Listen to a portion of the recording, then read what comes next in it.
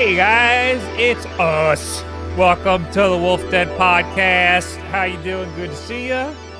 I'm good. How are you, Will? I'm good. How are you? You said you were good. You answered that already. Hello, everyone. I'm good, How are baby. you? I don't care. Welcome to the show. Scattered Brain, thank you for the 46 months. How you doing? Big day today, as always. Every week is a big week. Yeah, it seems to be just getting better and better in this country. All we have to talk about for the past goddamn long time is the tariffs. Tariffs and Switch 2. Yeah, and the Switch 2 tariffs. Yes. It's like a Venn diagram of stuff we talk about. We do have some Xbox news this week, which is different for a change. Thank you, Microsoft, for giving us something to talk about. The latest news is now the import taxes hitting the retro handheld market. Yes, we touched on that a little bit last week. We did, but now Polygon made an article, so now it's a big deal. Well, Polygon made an article and Anbernic released a statement. Yes. So now it's serious. Now it's for realsies. Yes. There's a lot of other things that are very interesting but wouldn't make for a good main topic. So we will be talking about those as well. Mm-hmm.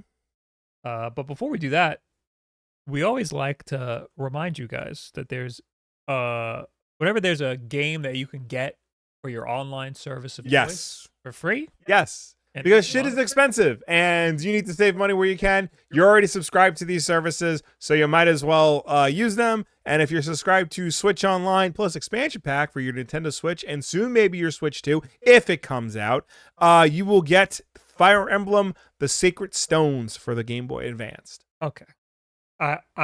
That's it. Yeah. We can move on. I mean, that's cool. Yeah, if you're into the Fire Emblem, we're not. More Nintendo Switch Online games is better. This is a first-party Nintendo game, so it's good to have more of those. And it's Game Boy Advance, and I love seeing more Game Boy Advance. I will not be playing this game. I don't remember if this was the first Fire Emblem that came to North America. The first Fire Emblem that came to North America was just called Fire Emblem, but I don't remember if that was for the GBA or the GameCube. Oh. Right? Yeah, no, you know what I'm talking about, right? Well, I think it was Game Boy Advance. I can picture the box art in my head. It's bad box art. The chat is saying Game Boy Advance. Okay. Because it was a big deal because they were in Melee. Yes. And everyone's like, well, what the fuck are these guys? Who are these nerds? And I'm pretty sure there wasn't an American game. There was no at the time. Yeah, okay. GBA, yeah. So I was just checking the list of games for Nintendo Switch Online that are Game Boy Advance games. There are a lot more than I was expecting. Yeah. We got both the Golden Suns and both Fire Emblem. Yes. So there's a lot. There's a lot of good. There's a big good library of Game Boy Advance games, and a lot of them are on Nintendo Switch Online. Link to the Past and Four Swords is kind of fucking sick. Yeah. If you haven't tried that, that's a great game to play with some people. The best on here, Will. What do you think it is? I don't know, man. Them two Metroid games are like Metroid Fusion might be the best. However, I'm going to throw a curveball.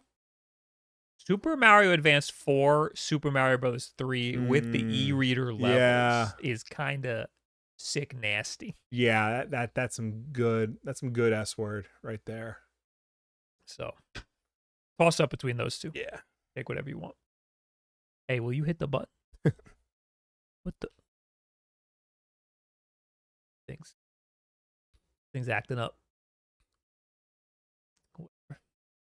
Anyway, I guess now we can get into the main topic. Except we got more people to thank. Raven Master, thank you for the 4 months. Hey guys, hope you're doing well. I am. Thank you so much. Joey Bizzle, thanks for the 7 months. Love your shit. Keep on keeping on. Thanks, dude.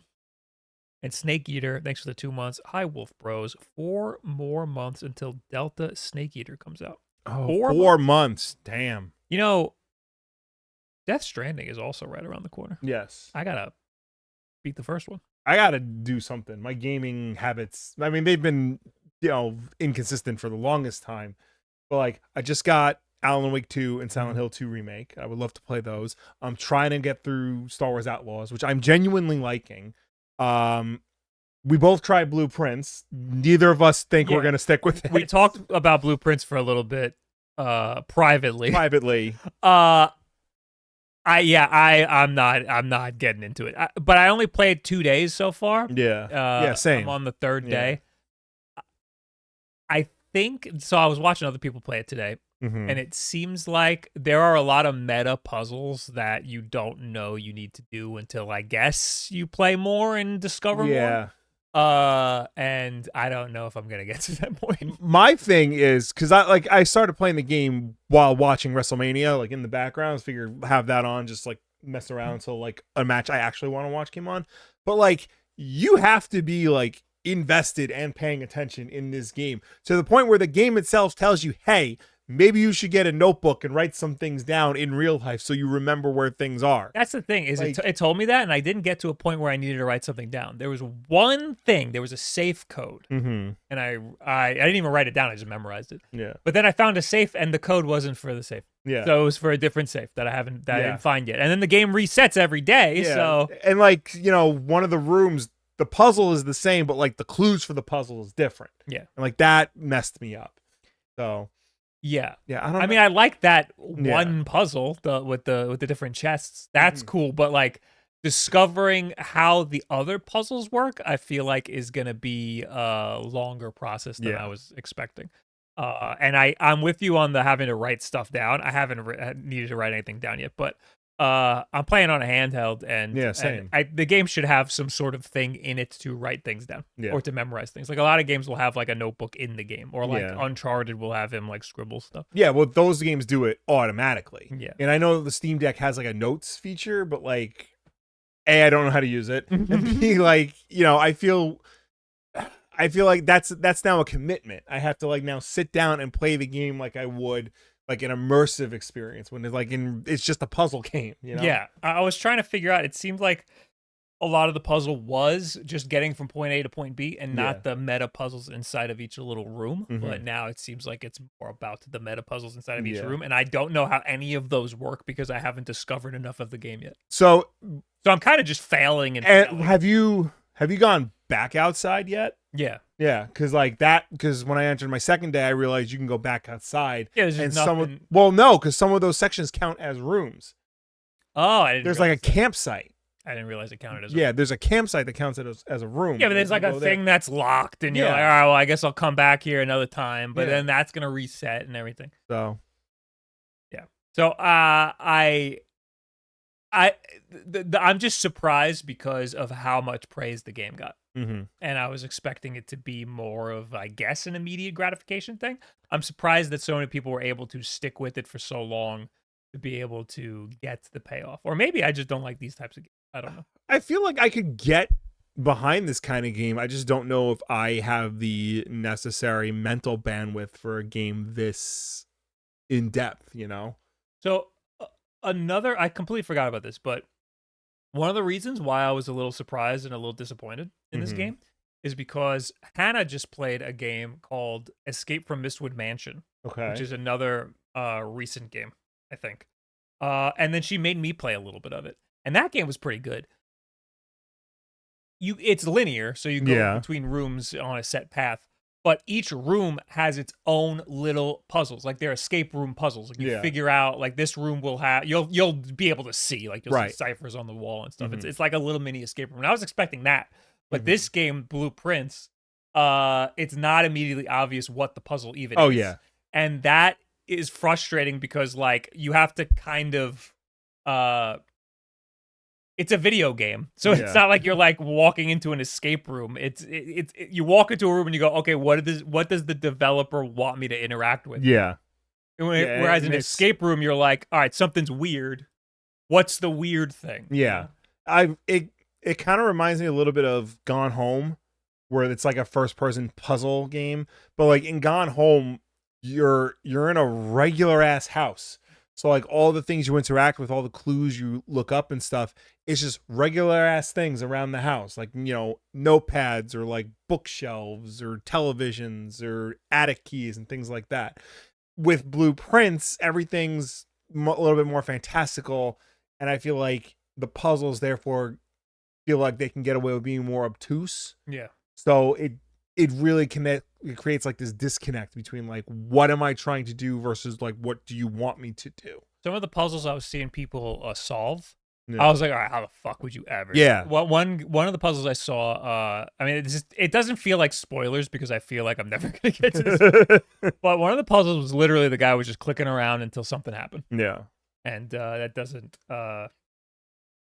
you know, I'm just waiting for the moment where the game clicks a little bit. I'm gonna give it like 1 or 2 more like in-game days. Yeah. I'm gonna probably call it, but I like the idea and I want to get to a point where I understand it a little more. Yeah, but I'm not there yet. Anyway, that wasn't even something we were supposed to be talking about. But I'm gonna put it in here. You to continue the tangent. You said you've been playing Star Wars Outlaws. Yes. So in Star Wars Outlaws, you have to gather your little team. Yeah, I'm like right before there. The robot told me like we can go to 1 of 3 planets. Oh, so you haven't gotten any of the planets yet? Yeah, I went to the one he tells me to go to. 1 of the 3. Yeah. Okay. You can beeline it right to Tatooine. I know, but like I figure like he said you should start here, so I'm like, all right, I'll do what you say, robot. Yeah, I did the same thing. I did 2 out of 3. Yeah. And the 3rd one is Tatooine. Okay. And I am on my way to Tatooine and never even right. It. But I would like to. I've kind of given up on Assassin's Creed. I get the vibe, and I know what's the story's just not interesting, and I'm just not gonna. There's no way for me to see that through. Anyway, John Bond says this stream needs more likes for real. Would somebody please give this man more likes by liking the video on the YouTube channel?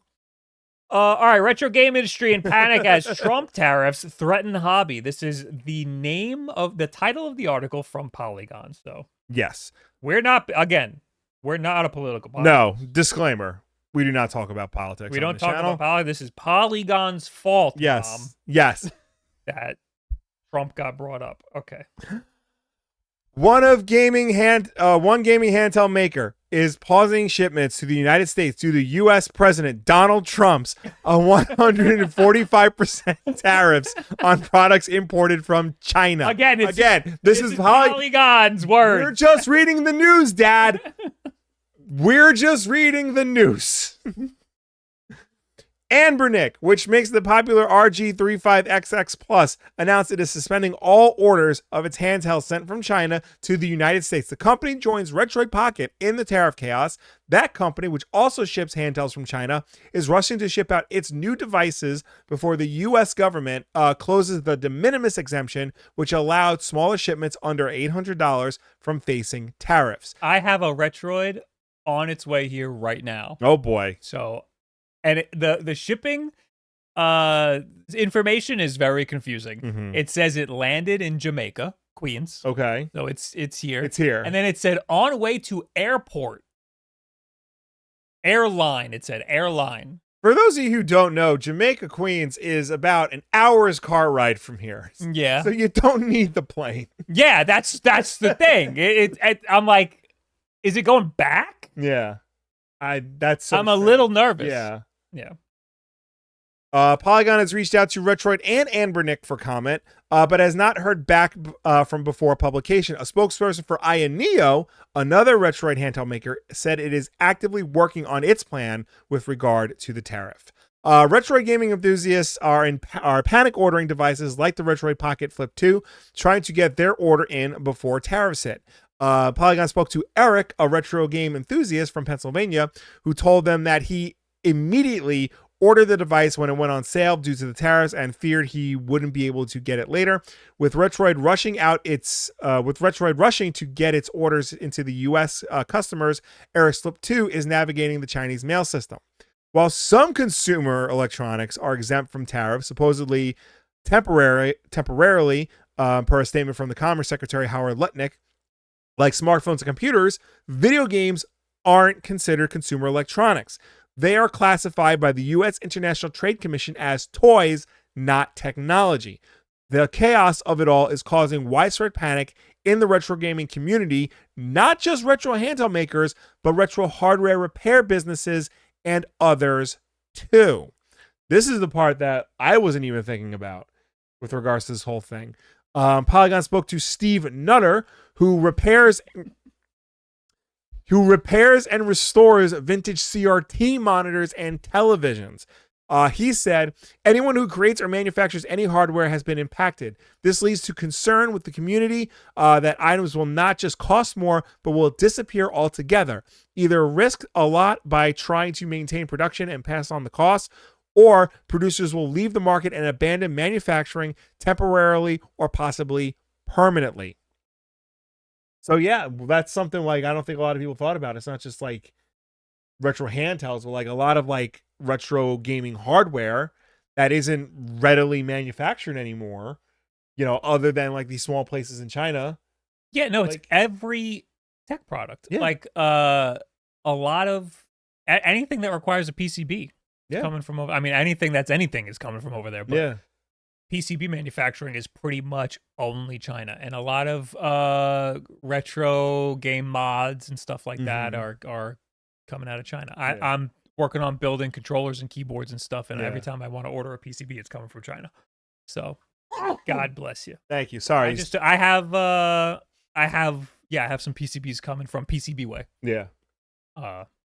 So were you like, what happened to the cost of that? Did it change yet, or? It's so far no. Okay. So far, none of the cost of any of this stuff has actually gone up. Right. It's just the fear of that is fucking everything up. Yeah.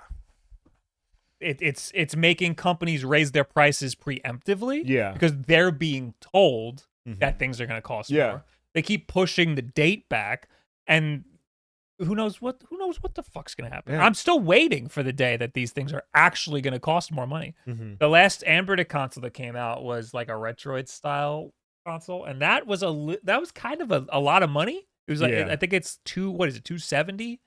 Guys, help me out for the Anbernic 557 or whatever.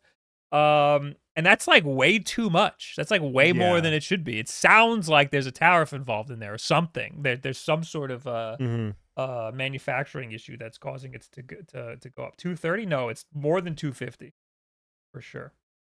I know that because the reason it's weird is because the Retroid is so much better and cheaper. What was the name of it? 557, the Anbernic 557, I believe. It's either 250 or 270. And they like just announced the price today or yesterday. Going to their website, the Anbernic 557.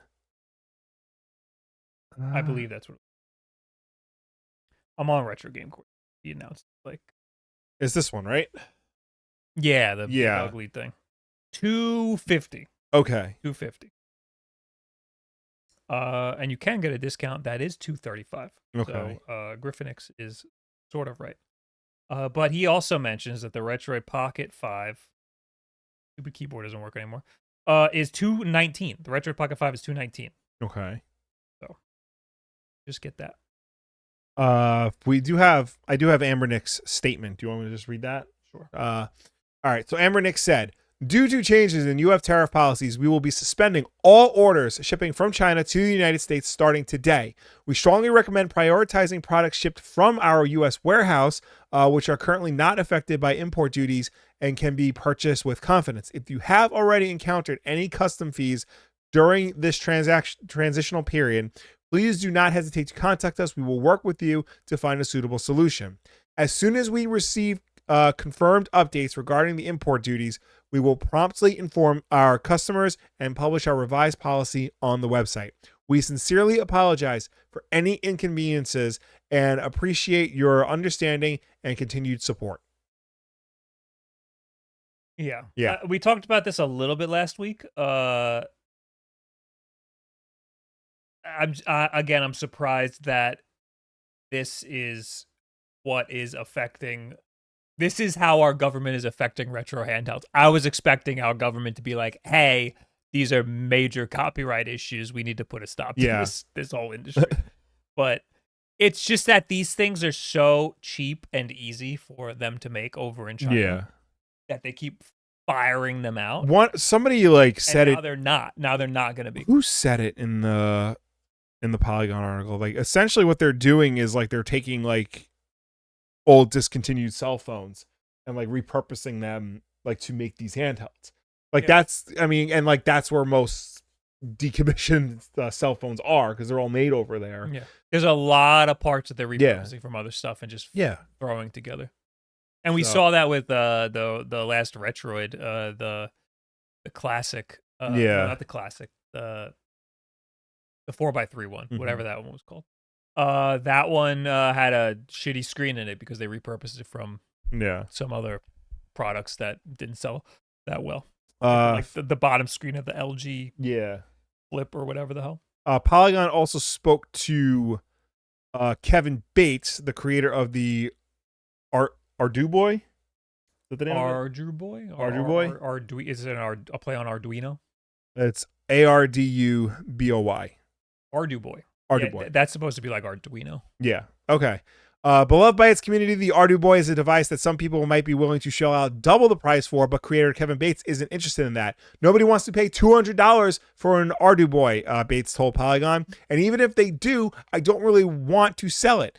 I know this thing. Yeah, the magic of the Arduboy is that it is accessible, and price is a huge factor of that.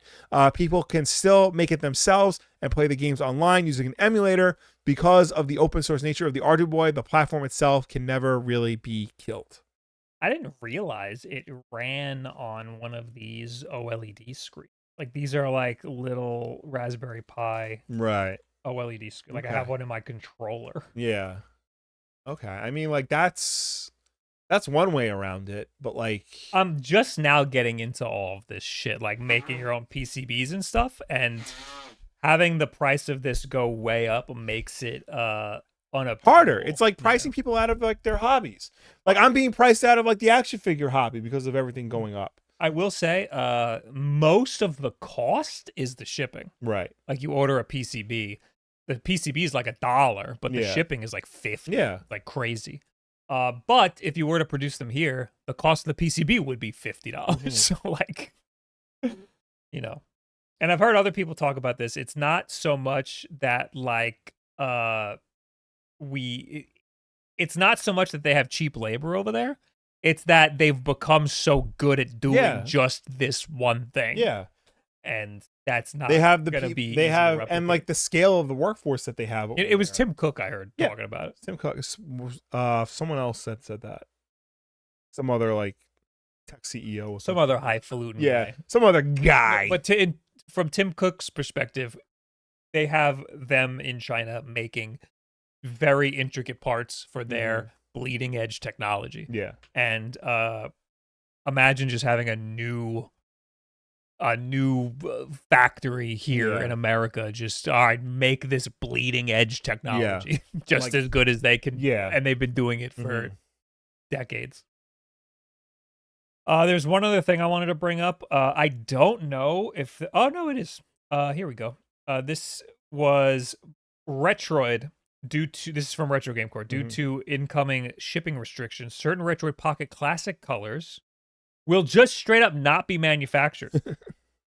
They won't be manufactured before the deadline. But they will change the colors if you want. So if you got, this is another weird thing about Retroid is they ship them based on color. Right. And you don't know which color they're going to ship first, which is really annoying. Because sometimes one of the colors will be cool looking, but if you get that, you will get it months later. Right. So randomly, teal, kiwi, and berry, these colors just will not make it before the deadline of the de minimis exemption. So luckily I got the Sega Saturn looking one. Okay. So that's coming any minute now. I think. The 25th is the exception. I think I might even get it as early as okay. I mean, wait for next week. You know, I just looked on Anbernic's. I just randomly picked the RG34XX, the GBA looking one. If you buy it from the US, it's $64.99, but if it ships from China, then it goes up to $72.99. That's an $8 price increase. Interesting. It used to be the other way around. Yeah. So that was another thing. They have a stockpile here in America still, so you could still purchase stuff here in America, but eventually that's going to run out. Yeah. So yeah, all of this is eventually these things are going to happen. as early as 2 days from now, 3 days from now. Yeah. Some things might happen, but it might get postponed. It might get pushed back. All these different exemptions. They might get cold feet again. They've been pushing it back every day. Every day I wake up, there's a new rule that's pushing it back, and it's hard to keep track of everything. And honestly, I can't keep up with it. Yeah. It's just, are you going to charge me more or not? And it's especially sucks for a guy like you because like this is your my job. life's hard. This is your job. Like, no, dude, like this is like, what are you gonna review now? Like, you're trying to start a side hustle with like your controllers and stuff. Like that's gonna be severely impacted. Yeah. Like, you know, me, I just gotta find new hobbies. Like that's it. Maybe I'll take up macrame or some shit. Well, like, you know, I was looking through the channel today because I was trying to find a certain shot that I needed for a video, and I realized I haven't talked about a handheld emulator in months. Okay. And that's not on purpose. Right. That's just, I haven't found anything interesting about it, about that whole industry to necessarily talk about. But this is a hobby that a lot of people are interested in. So if this gets ripped away from us here in America, this is something that everybody's just going to have to navigate, including myself. Like, I'm only here to review products that I think people are interested in, that I'm interested in, and that I think other people are interested in. And people are just not going to be interested in this stuff if it's not obtainable for them. Yeah. And that's just the way it goes. We'll have to navigate around it and go into something else. I don't see a world where the whole industry gets completely floored. Like, my channel is mostly tech hardware, so it's just all stuff, but a lot of that hardware ends up coming from China, especially like the controllers and the retro handhelds and stuff like that. So and the mods, like whenever we mod something, it's mostly Chinese product. So if that stuff gets ripped away, it's something we're just gonna have to navigate, and I'm sure there'll be other things to talk about. But if I have nothing to talk about on my channel, the whole video games industry is fucked.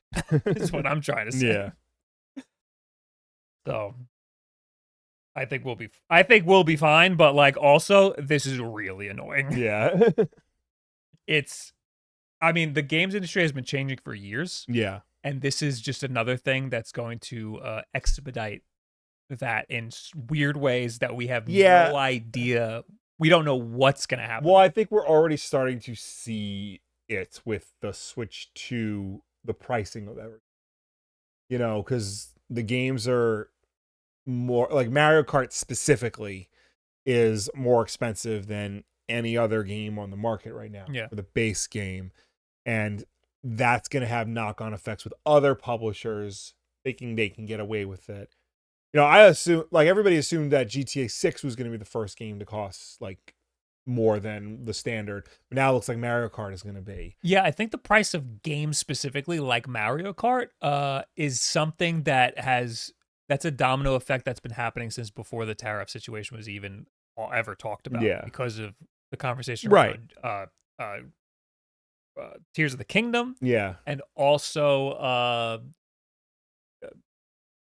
I want to say Gears of War. Grand Theft Auto, because of Grand Theft Auto, like you just said. But it's all the hardware that's now making things immensely more complicated. Also, this is only America. America is a huge, massive market, maybe the biggest. Some would say the biggest. One guy would definitely say the biggest. But huge market. But some of these companies, they're not American companies, and they could just navigate around all of our issues. I mean, the effects of putting tariffs on other countries from the biggest market in the world could have ripple effects to other countries. But a company like Sony, they might just be like, all right, we'll charge them out the ass. Who cares? We'll just sell to everyone else around the world. So, I mean, they're already starting to do that. I didn't put it in the keep, but like they are raising the price of PlayStation Plus in a lot of regions now. You know, we saw last week they raised the price of the system in certain regions. So like they're finding ways to like. I think it's really interesting that Sony has not raised the price of the console here, and they do it everywhere else. Well, they didn't raise the price, but what they did was they re-released the discless system and gave that a price increase. And then with the PlayStation 5 Pro, that is significantly more expensive and it's missing a disc drive. So I think that's how they're working around like raising the price here. Yeah, but they straight up were like, this is more money in the UK and stuff. Are they afraid of us going up in a tizzy? I think so, because I think America is their largest market, and we're loud mouths. Yeah, and we are very annoying. Yeah. So yeah, I guess that makes sense. Yeah. So this is gonna change everything, and we have no idea what's gonna happen. Yeah. Or none of this will ever happen, and none of the prices will go up, and everything will be fine. I mean, prices are really starting to go up. The problem is even just threatening that there's going to be tariffs is fucking up the whole industry. Yeah. Because it's causing these companies to raise the prices preemptively because they don't want to get screwed. Yeah. So, who knows? Yeah. It's going to be really weird if I'm going to have to go to a local shop to get a PCB. Yeah. It's going to be very weird to have to. Well, where would you go? Like, there's no more Radio Shacks. There's no more Fry's. There's no more anything. It's even just components. Yeah. You used to be able to go to Radio Shack and get a little a little transistor. No. No, you have to order that from AliExpress. Yeah. It's such a weird, and like you order a PCB, and if there's like an issue with it, it's like solved immediately. Yeah. Like I can't imagine dealing with like an American. Yeah. They could be like, I don't know, I don't understand what you want me to do with this. Anyway. So no one knows what's gonna happen. Anbernic is changing some things. Retroid is fucking burning the whole place down, trying to figure out what to do. Yeah. I have a Retroid that is on an airplane in fucking LaGuardia or something for no reason. Yeah. It's in Jamaica and now it's leaving. I don't understand why, but we'll see tomorrow or the next day if I'll even be able to talk about this Retroid. Yeah. But luckily, Retroid, one of the first good things they've done in a long time, they're rushing these things out to try to make it in front of the tariffs. So that's good. A little aside before we move on from this. We talked months ago about Retroid had some problems. I think it was with the screen, and then the PR guy for Retroid quit. Yes. He's back. Okay. No one's like talking about it, but like he's like quoted in some of these like conversations. Right. I don't know. All right. Well, maybe they work something out. Who knows? Good for him. But he's got a hell of a job. Yeah. Anyway, all right. What else can we talk about? Mega Man next to the 43 months. Yo, happy podcast day, Wolf Bros. Pre-ordered my Switch 2 today. My wallet hurts. We haven't talked about that. Yeah. Mega Man is from New Zealand. Oh, that explains it. So yeah, pre-orders for the Switch 2 have gone up in a lot of countries. Yes. We do have, and it is in the show notes, the official statement from Nintendo about pre-orders here. Oh, let's go. All right. Do that right now. Well. So this is directly from Nintendo themselves. Retail pre-orders for the Nintendo Switch 2 in the United States of America. April 24th, 2025. That is 2 days from now. At the time of recording. At launch, the price for the Switch 2 in the United States will remain as announced on April 2nd at $449.99. And the Mario Kart World Bundle will remain at $499.99. The price for both physical and digital versions of Mario Kart World, $80, and Donkey Kong Bonanza, $70, will also remain unchanged at launch. Yay. However, Nintendo Switch 2 accessories will experience price adjustments from those announced on April 2nd due to changes in market conditions. Other adjustments to the price of any Nintendo product are also possible in future, depending on market conditions. We apologize for the retail pre-order delay and hope this reduces some of the uncertainty our customers may be experiencing. We thank our customers for their patience, and we share their excitement to experience the Nintendo Switch 2 starting June 5th, 2025. So there you have it, Americans. April 24th, that's this week, is when the pre-orders go live at select retailers. That's your Best Buys, your Amazons, your Targets, your Walmarts, your what have yous. So that is at midnight. Yes. So it's really tomorrow night, Wednesday night at midnight Eastern time. Mm-hmm. So get your fucking coffee ready or whatever.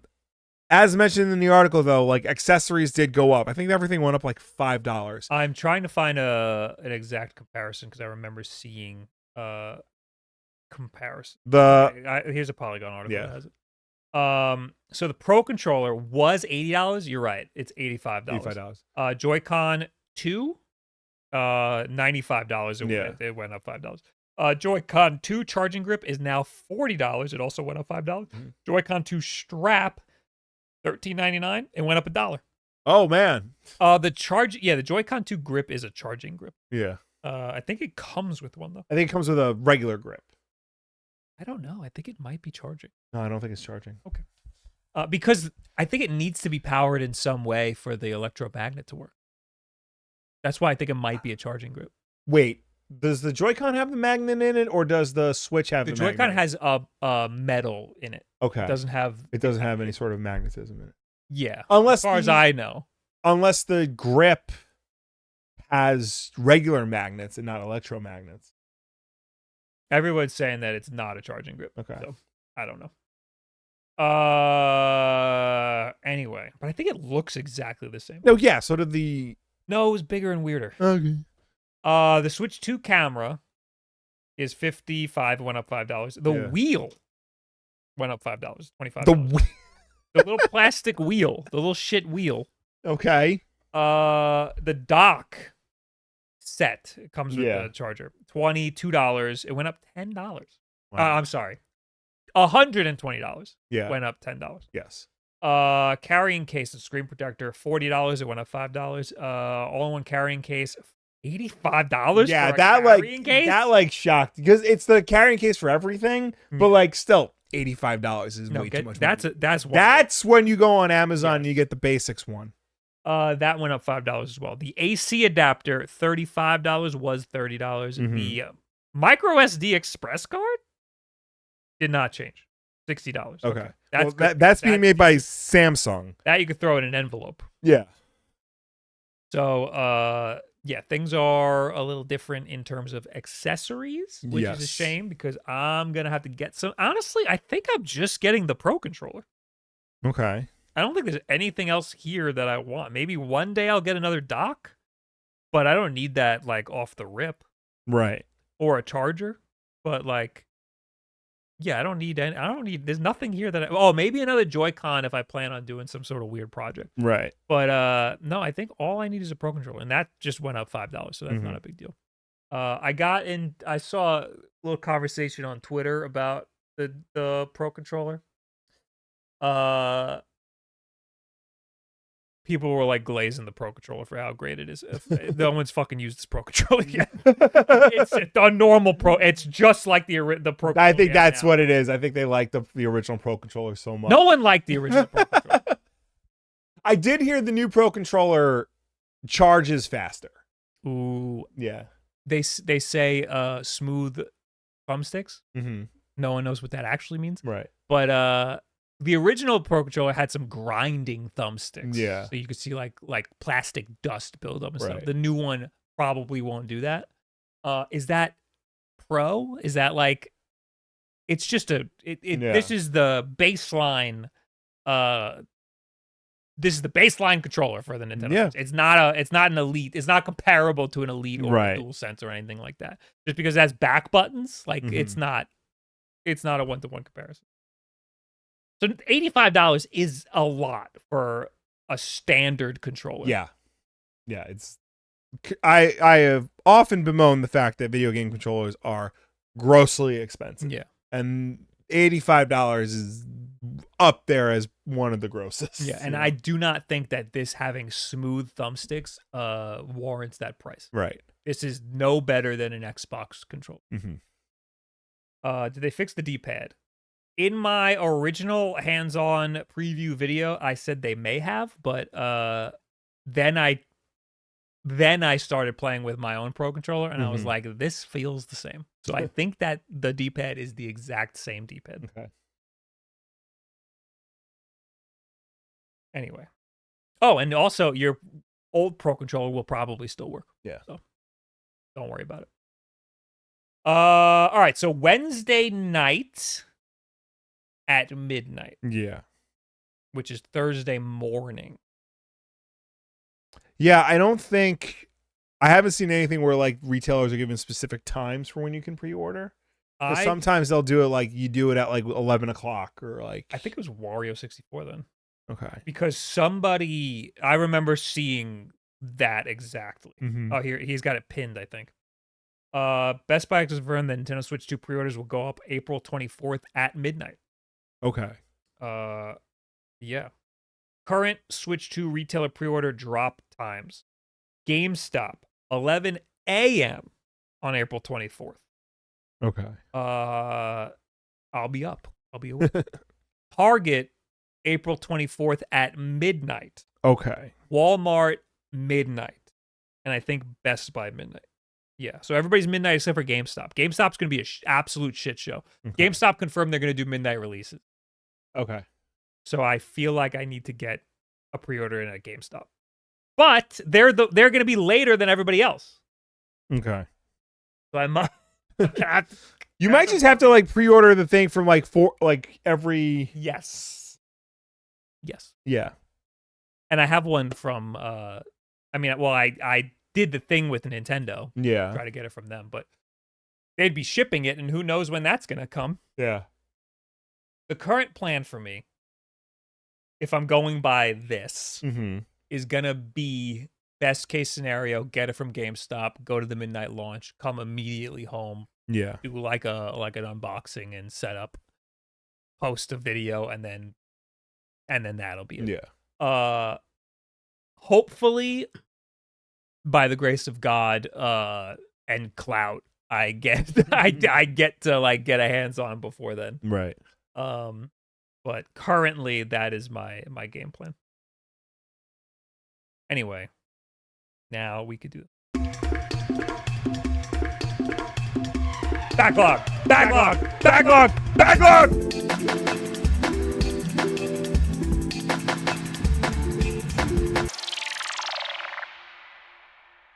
Hey everybody, welcome. Backlog. Will, what's that? The Backlog is a segment of the WULFF DEN Podcast where we go through our entire video game collection of 982 video games and pick one at random and talk about it, regardless of whether or not we played it. 790. That would be Time Splitters 2! Okay. Time Splitters 2 for the Xbox. Also, we have it for the GameCube. Let's fucking go! Hell yeah! Your friends were big Time Splitters. We were hardcore Time Splitters fans.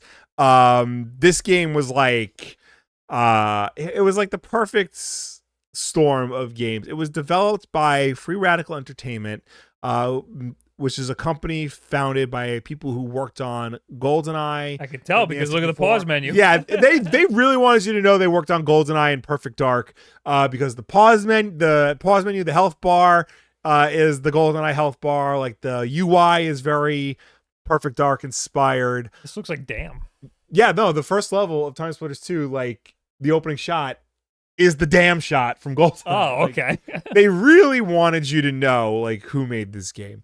But in addition to it like being a first-person shooter for consoles, it was actually a sci-fi story about a guy who looks exactly like Vin Diesel traveling through time, solving mysteries and laying waste to everybody along the way. It was very fast-paced, very fun, very funny. It had a very good sense of humor about it. The multiplayer mode especially, because you could play as a monkey or things like that. So yeah, just all around I don't game. Remember this one. I think I only played the first one. The first Time Splitters? Yeah. So here's the interesting thing. Time Splitters 1 was a PlayStation 1 launch game. Okay. Sorry, PlayStation 2 launch game. It never came out on any other systems. Time Splitters 2 was the big multi-platform game. It came out on everything. And we were GameCube kids at the time, so we rented it on GameCube, played it. Two. Time Splitters 2. Yeah. Okay. So I don't remember this at all. Oh yeah, it was a very long game, and every level, because it all took place in different time periods, they're all varied and all like unique. Like there's forgot which level this was, because like you said, the opening level is literally just Dan from GoldenEye, but then you go to like the 30s, or a jungle in like the 80s, or like you go to the far future, in a space station. This I remember. Yeah, because it's just fucking GoldenEye. Well, this I remember because I replayed it on some sort of emulator at some point.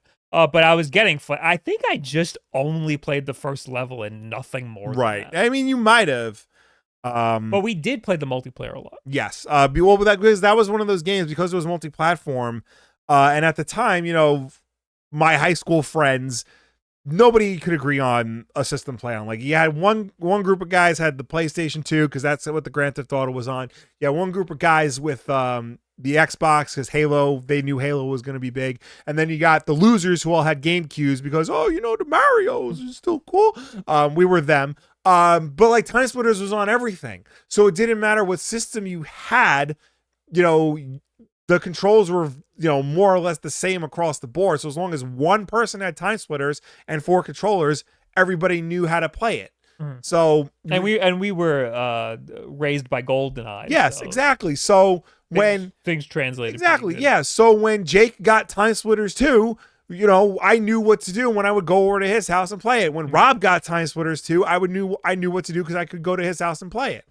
Yeah. That was, we kind of like missed that. I mean, online gaming now like kind of like remove that aspect of it, the going over to somebody's house to play, but like, yeah, that's something's missing there, and I don't know how to fill that void. Right now that void is filled with just playing online with people, which I guess is like fine, because then everybody gets a chance to play because you're just always playing. Yeah.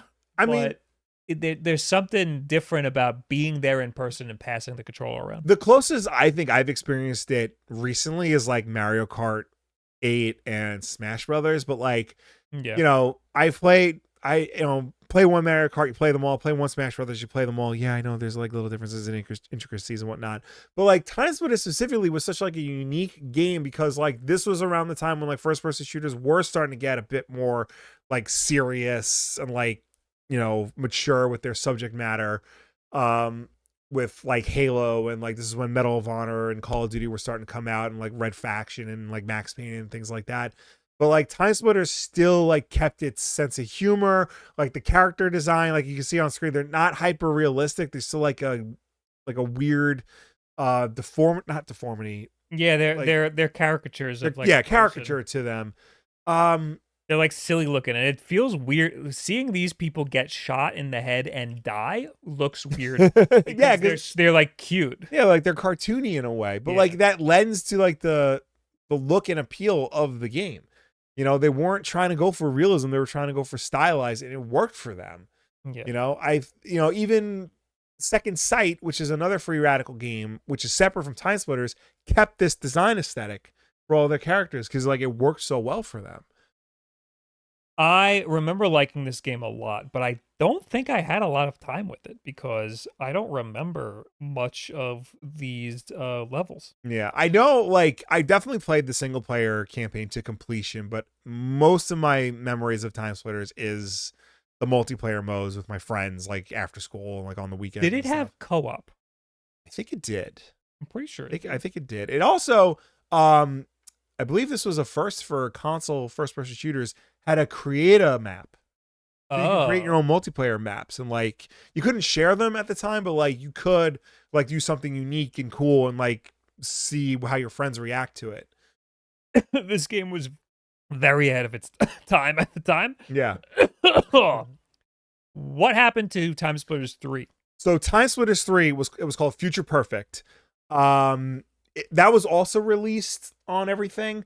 And that was the first one to have online play.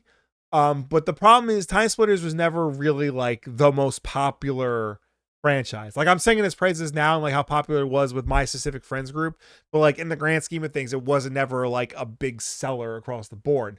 So it kind of died out after the third one. They were trying to make a fourth one that like started and stopped a whole bunch. Free Radical got bought by Crytek. They became Crytek UK. Then Crytek UK had a lot of financial issues. Now they got bought by Embracer Group. Oh, and that's yeah, and then there you go. They were gonna bring it back. They were gonna do like a remake of Time Splitters, but like that got shut down. So I don't know where the like the franchise is right now. I know you can play Time Splitters 2 and 3. It's available on PlayStation 5 and Xbox Series. And Time Splitters 1 is also available on PlayStation 5. So like you can get to it. You can play it.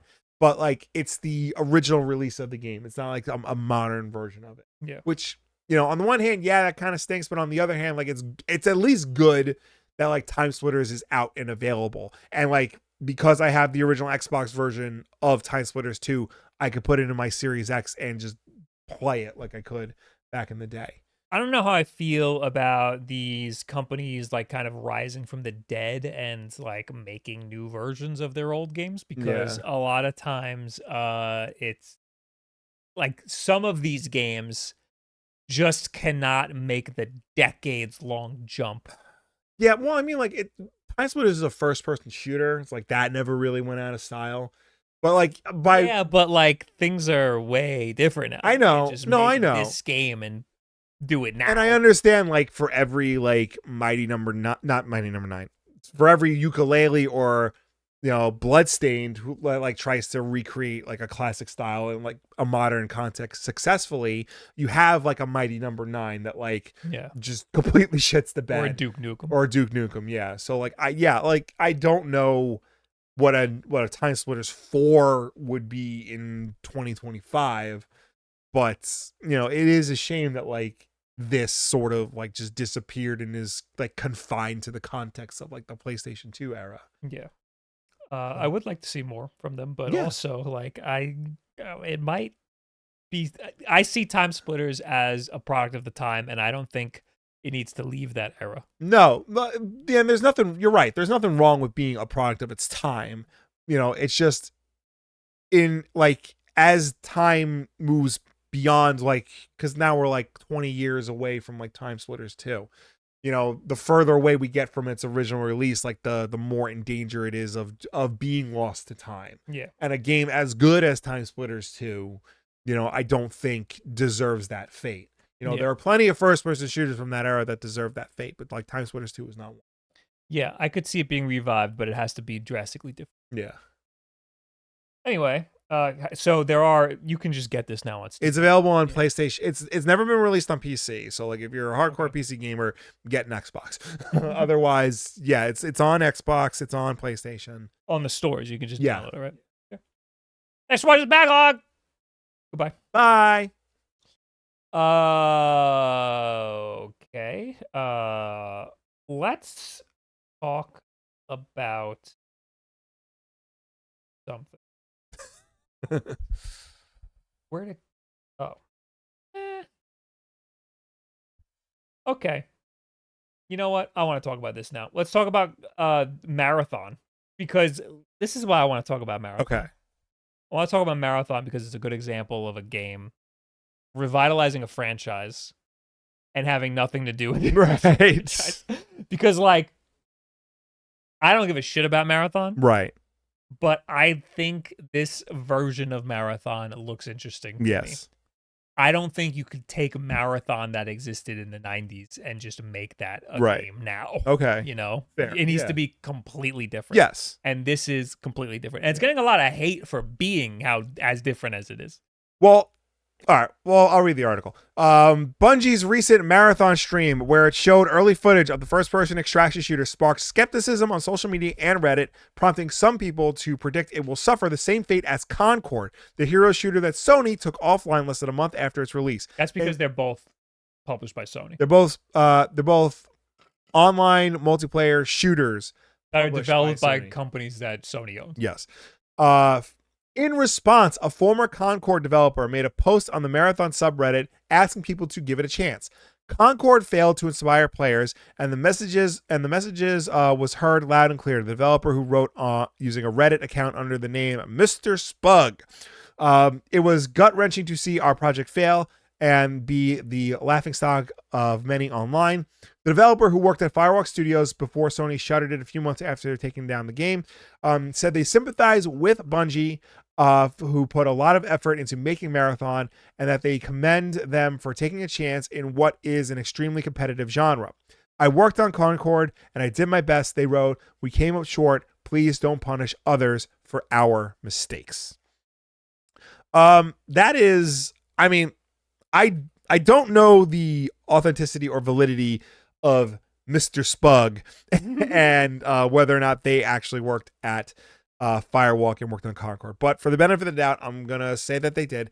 And I do agree with them that that we should not be mad at Bungie for making Marathon an extraction, a multiplayer online shooter.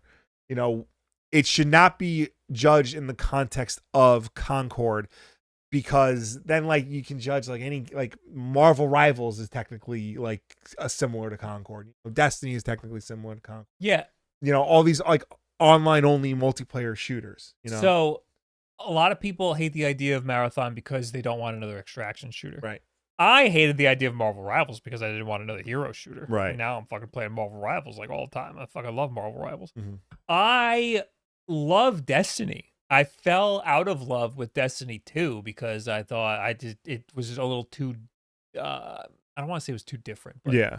Something about the first year of Destiny was so good, and then everybody had a lot of critiques, and they listened to everybody's critiques, and it ruined the game somehow. Yeah.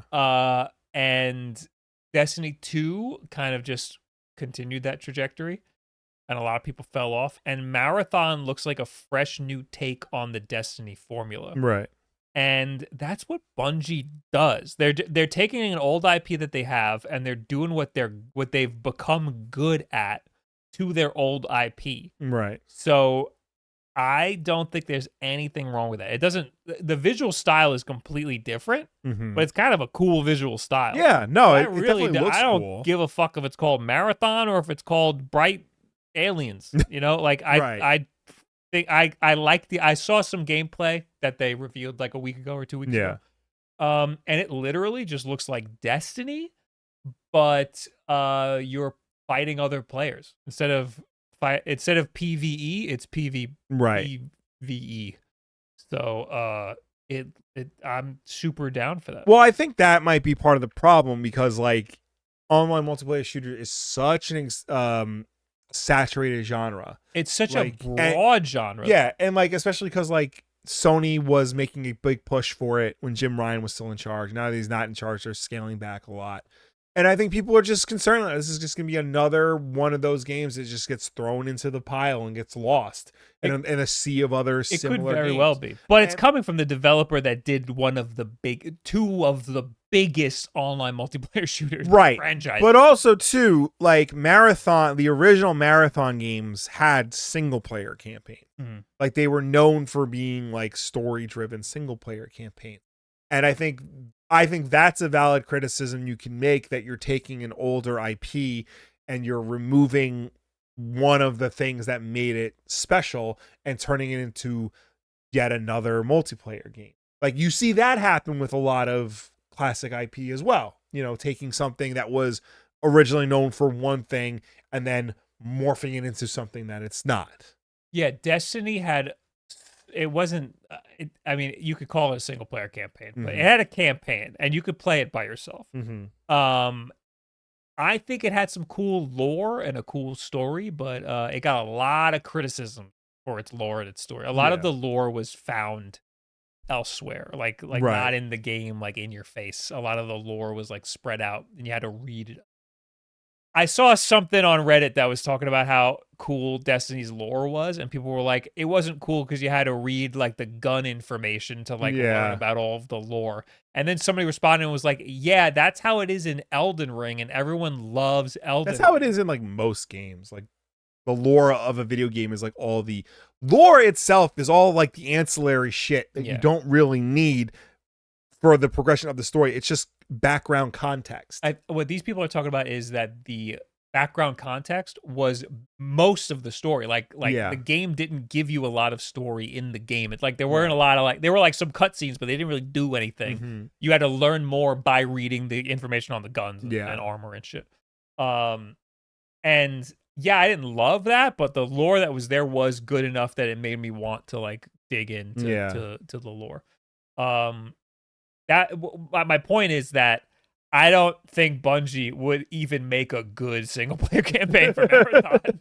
Well, I mean, like, look, Halo has like dropped off since Bungie stopped making those games, and like the Halo games had very good single player campaigns that Bungie made.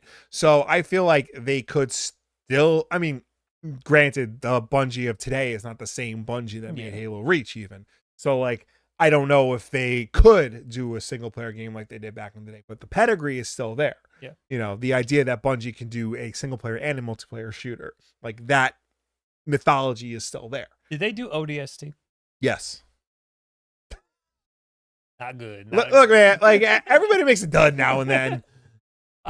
Marathon's also getting criticism because it's an extraction shooter, but it is like a really simplified extraction shooter. Right. And people who like extraction shooters like Escape from Tarkov are like, this seems like baby's first extraction shooter, which seems like a good thing. Yeah, I was gonna say that's a way to like get way more people into extraction shooters, because ease people into the idea. There are no popular extraction shooters. Right. There is Escape from Tarkov. Mm-hmm. That is the popular extraction shooter. Yeah. There's not an extraction shooter on the scale of a Sony first party, you know? Right. Like, this is way different.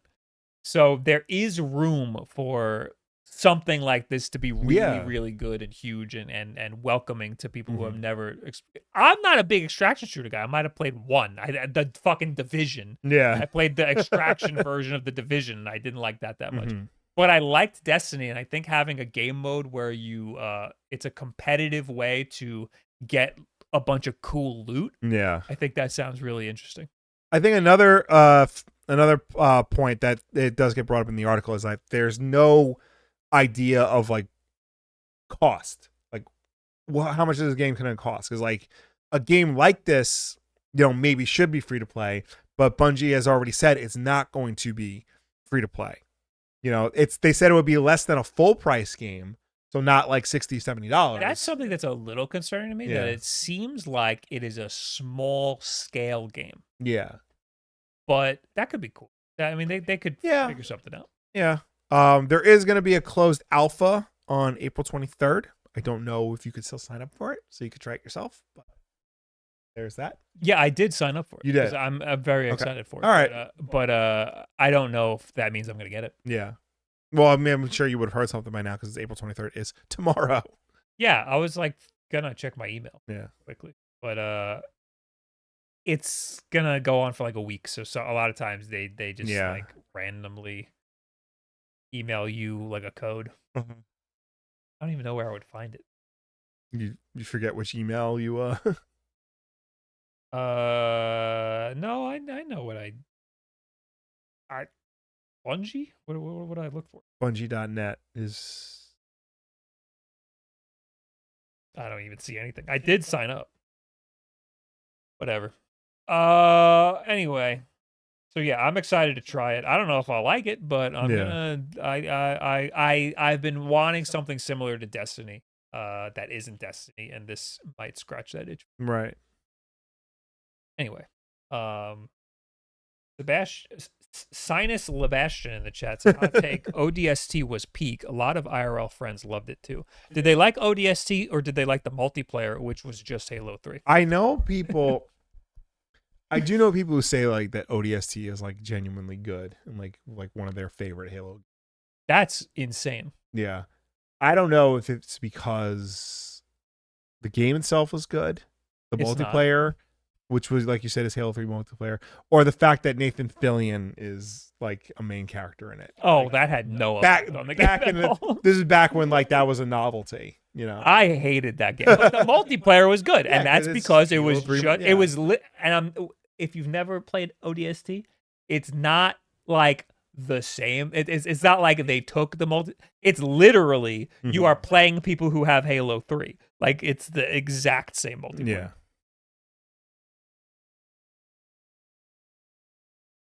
Anyway, Oblivion. Yes. One of the first comments on the YouTube live stream was, let's see how long it takes them to talk about Oblivion. Bet you it's 2 minutes. I purposely avoided talking about Oblivion until right now. How long has it been? An hour? Give or take, yeah. Yeah. Okay, yeah, so the long-rumored remake of Elder Scrolls 4 Oblivion is indeed real, and fans don't have to wait another minute to play it. Bethesda has officially announced the remaster, and it's out right now on Game Pass for Xbox and PC, and is also available for purchase on those platforms, starting at $50 for the standard edition and scaling to $60 for the deluxe edition. A PS5 version is also available. The game is developed by Virtuous in partnership with Bethesda, running on Unreal 5 and sporting better visuals. The remastered version includes the base game and story expansion Shivering Isles and the Night of Nines. Beyond an updated look, the game features a new leveling system. It looks beautiful. It does. My friends have not shut the fuck up about this. Because it's been rumored the past week, every day they're like, today's the day. Yeah. Because they were shadow dropping it. Yeah, and like it was leaked like 2 days ago it was leaked. Yeah, and then yesterday they're like, fine, we're gonna announce it, and then today like we-announced it. And it's available now. That's the big surprise. That like they just released it as soon as they announced it. That was leaked information. They did a really good job making this look as good as it does. Yeah. It is, however, an Elder Scrolls game. Yes. So it is janky as all that, it seems. And I'd imagine, like, Oblivion even back then was janky as all Yeah. that. So taking that and remastering it, there's only so much you can do. It would be interesting to see, like, how janky it is compared to...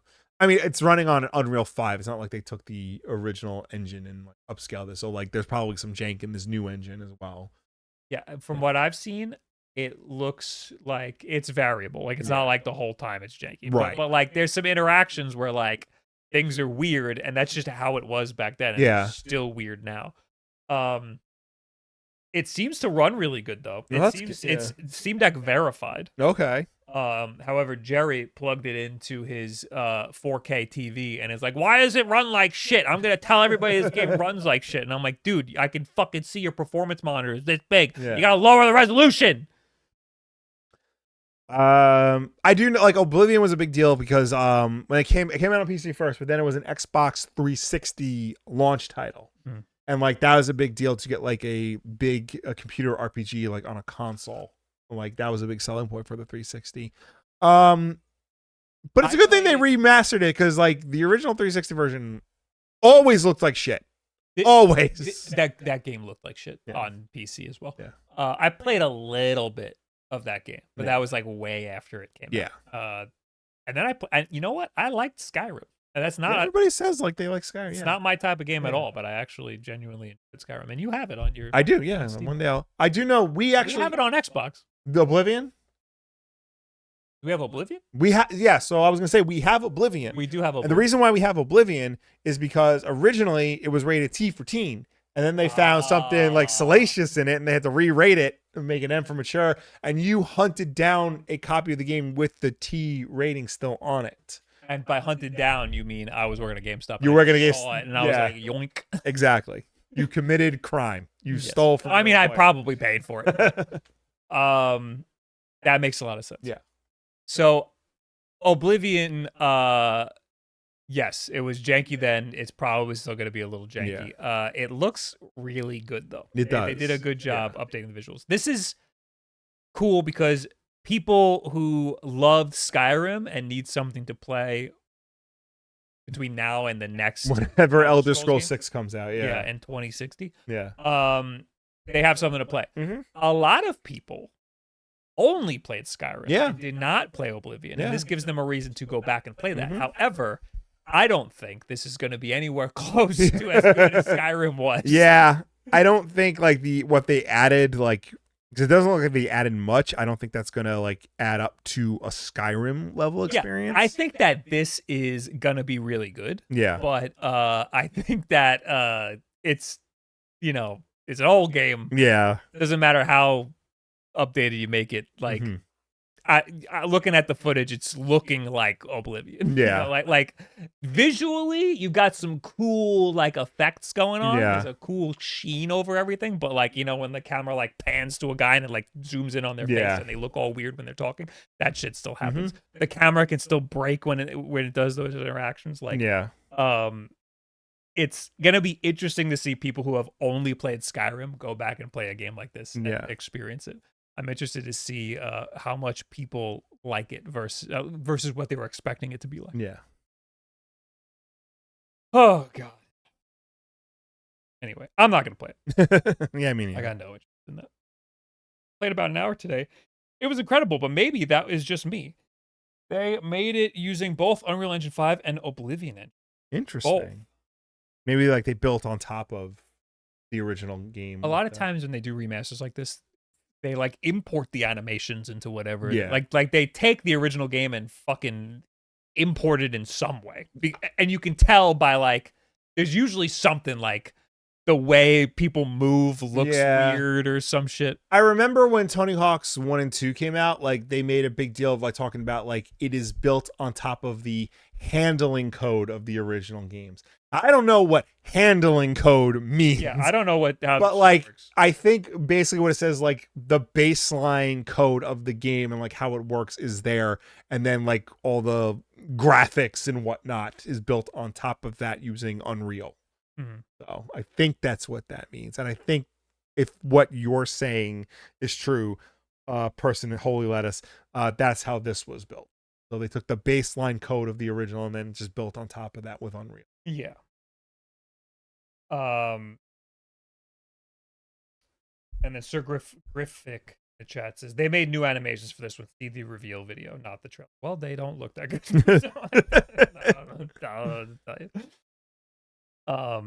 It does look like a modern game, but there's still some things in it where you're like, there's something looks old. Yeah. There's still like a tell that like this is not a modern game. Anyway, where are we? Microsoft and Xbox Copilot? Yes. Why do we have Xbox Copilot? Because fuck you, that's why. Microsoft has started testing an early version of its Copilot for gaming experience. Sources familiar with Microsoft's Xbox plans tell The Verge that employees can now access Copilot with the Xbox mobile app, and that while it looks similar to the existing Copilot chatbot, it is designed to tap into your Xbox account. AI, baby. Announced last month, Copilot for Gaming will eventually be available across multiple devices, including Xbox consoles, to act as a companion or assistant that can guide you through games, download and launch titles, and more. As per The Verge, the early version available to Microsoft employees, which might change before release, includes the ability to pull up all of your recent Xbox achievements, get game recommendations based on your play history, and ask for tips about complementing games. You'll also be able to use this assistant to download and install games on your Xbox console. Much like the existing Copilot, you can type to this chatbot or use voice to ask questions. You can also pick between a variety of voices: energetic, wise, chill, or heroic. Microsoft is also working on Copilot characters that will be animated versions of the AI assistant, but this isn't present in the Xbox version yet.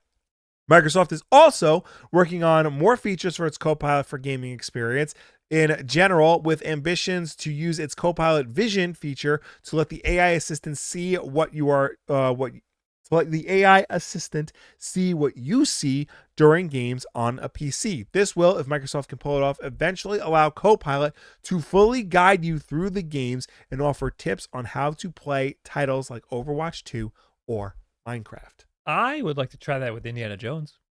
Why? I just want to know. I just want to know how it would even work. Like I'm stuck on this puzzle. Instead of Googling it, Copilot, what do I do here? And I bet it will never work. Yeah, there's no chance this is not that's gonna work at all. This is just another dumb tech bro thing of trying to squeeze AI into a place that it doesn't. I don't get the purpose. The purpose is they're trying to justify Copilot every way they can. They've like already baked it into Windows 11 so deep that you can't do anything like without it. So now they're gonna like move it over to Xbox and infest your Xbox with it. Why do I need Copilot to download and launch games? I don't know. That's Copilot, launch this game. Yeah, like I don't understand. Like they're looking there. It's a solution to problems that don't exist. The only thing I could see it being useful for is helping me in a game. And when was the last time I Googled how to do something in a game? I mean, I Google how to do things in games, but like I haven't done that in a really long. I haven't really played a game that I needed to do that in a while. So yeah, I guess in like Indiana Jones, I might be like, yeah, I did it in Indiana Jones. Like there's a puzzle I couldn't solve and I Googled it and apparently like I was off by a row. You know, thing is like, I don't know how Copilot would help me with that because AI, like it just gathers information from like at many sources as possible, but it's not always the correct information. I know. I want to know what that's like. If they're making a whole feature, I want to know how that feature works because I can't fathom it being useful at all. I do like what's been going around is people have been asking Google Gemini like, hey, is Uma Thurman in the movie Heat? And Google will respond, no, Uma Thurman is a human woman and therefore does not experience heat.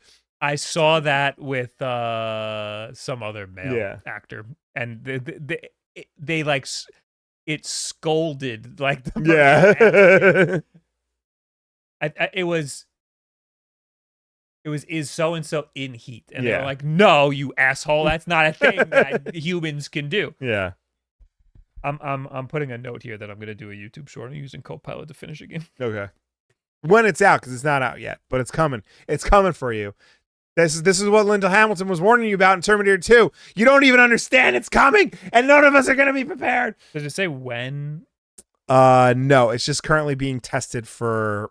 Microsoft employees are testing it right now. Oh, so this is never going to fucking happen. There's no way that's ever going to happen.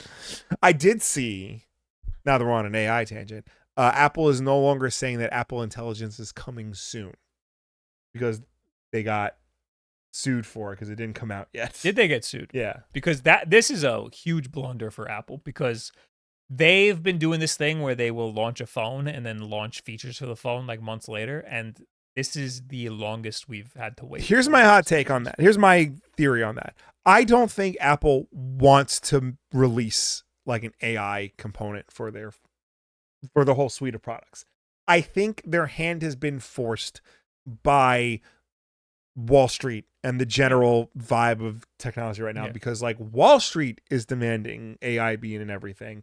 So Apple feels like they need to follow suit. Because if this was like a normal situation, if like AI was genuinely going to take off, then yeah, Apple would implement it years down the road like they always do. But no, they're putting it in at the same time as everybody else.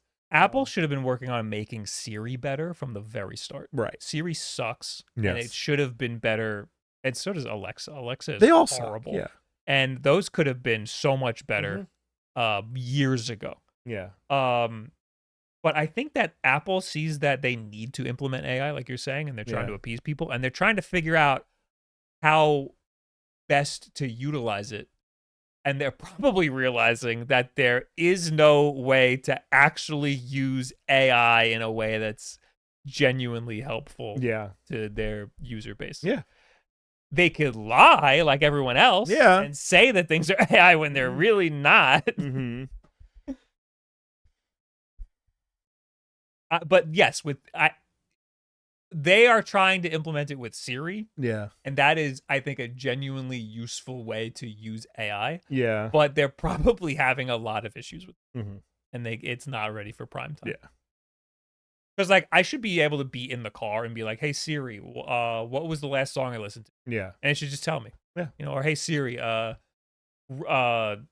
need directions to this store. Yeah. Yeah. Or I just have a question like, hey, Siri, when did the Knicks last win the fucking Super Bowl? Yeah. Right? Yeah. And then it could tell me that the Knicks are in that division of sports.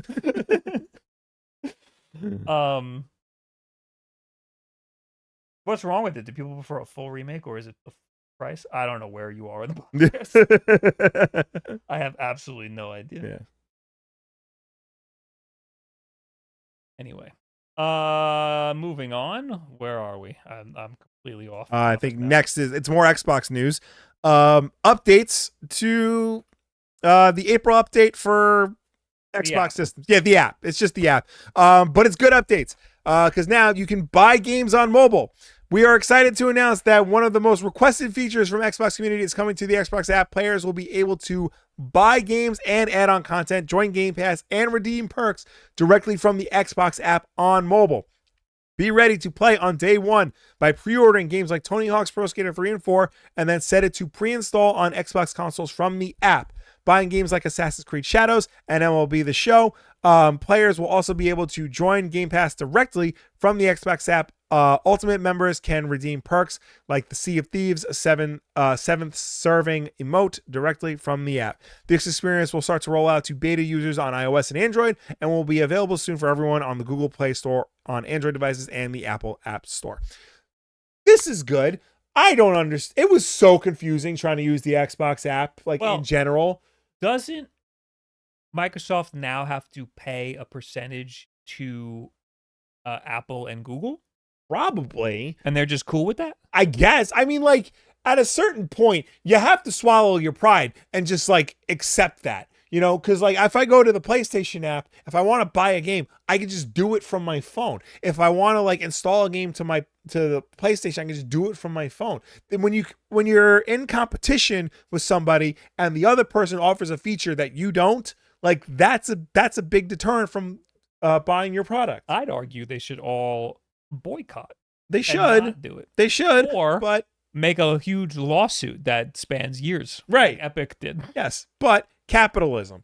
Yeah, because it was so confusing. It would just tell you download to console regardless of whether or not you own the game. So a buddy of mine wanted to buy. I forgot what game it was. I think it was Halo Infinite. He wanted to buy it, so he goes on the app and it's it says just download the console, but I didn't buy it yet. And we were trying to figure out what that meant. It would download, it would register it, and then you go on the app and say oh, hey, did you mean to buy this? Okay. So that's their workaround for Apple taking a percentage. But and it sucks, but I don't think that that's necessarily Microsoft's fault. When you're as big as Microsoft is, you can afford to lose 30% of your that's as much as their cut is, right? For being the publisher. Didn't Apple lower it? That might be why this is happening, because of the lawsuit that Epic did. So thank you, Tim Sweeney, my friend who liked to tweet of mine one time. Are you on Blue Sky? We should be friends on Blue Sky. We're cool. More updates though. Stream your own games. Available now. Game Pass Ultimate members can now stream select games that they own in addition to Game Pass catalog on the Xbox Series X and Xbox One consoles. This will broaden the previously announced devices from November that include Samsung Smart TVs, Amazon Fire TV devices, MetaQuest headsets, as well as other browsers supported devices like PC, smartphones, and tablets. Members can save time and hard drive space and play their games immediately without needing to download and install them first. So how is this different than Game Pass?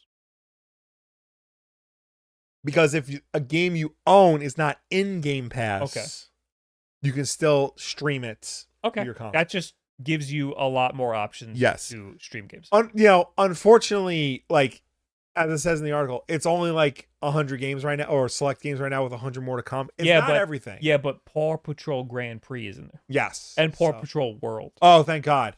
Because that one's the better one, obviously.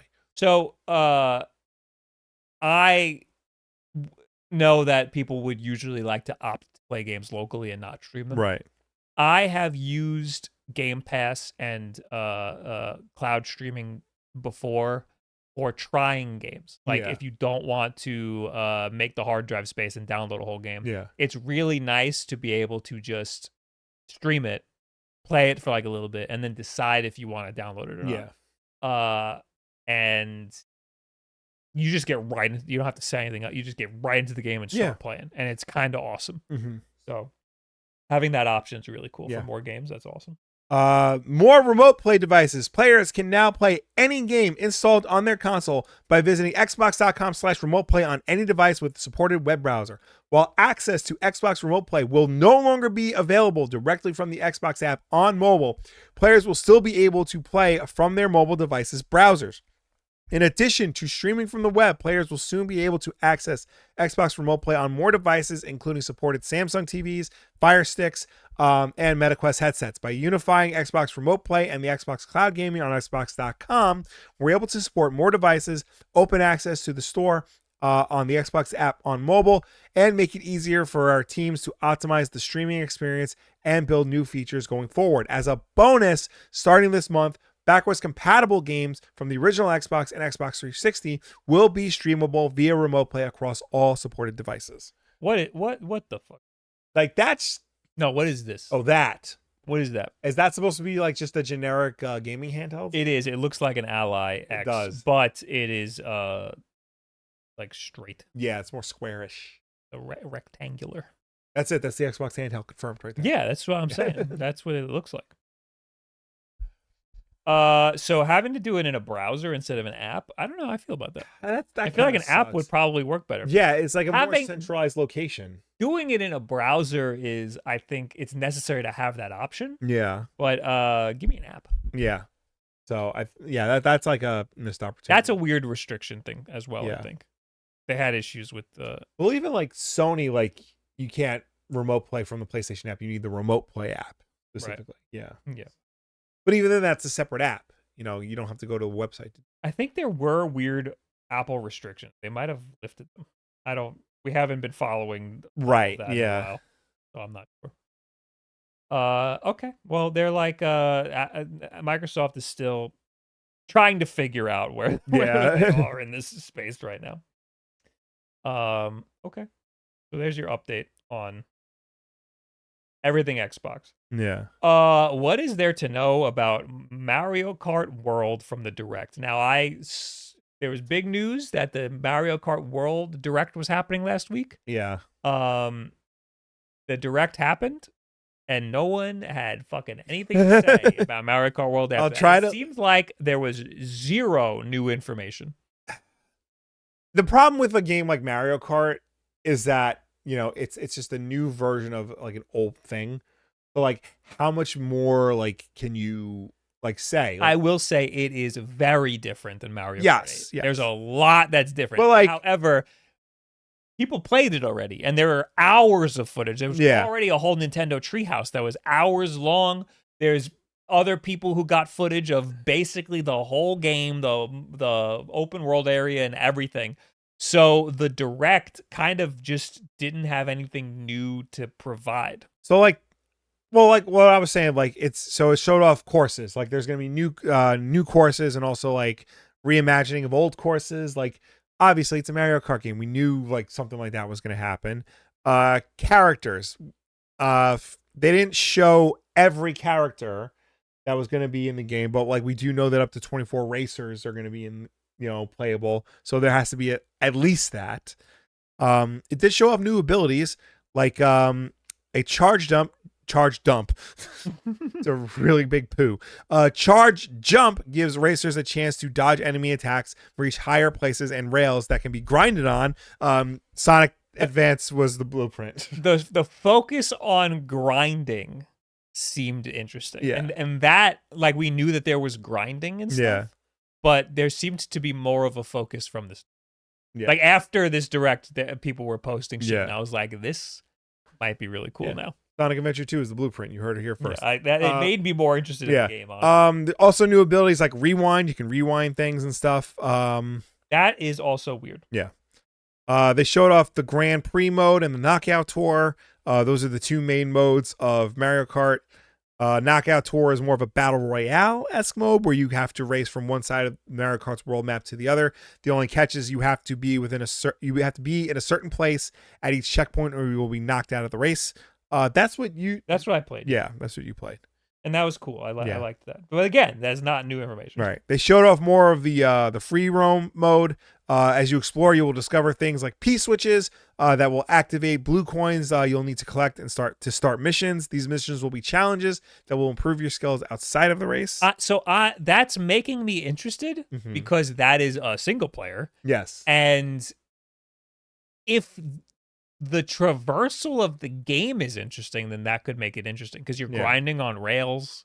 There's like physics in this. Yeah. So you like hitting jumps a certain way. There's like actually like there could be some skill-based platforming in this version of Mario Kart, and having an open world sandbox where you could play around with that might be really cool. And this is coming from a guy who actually hates Mario Kart.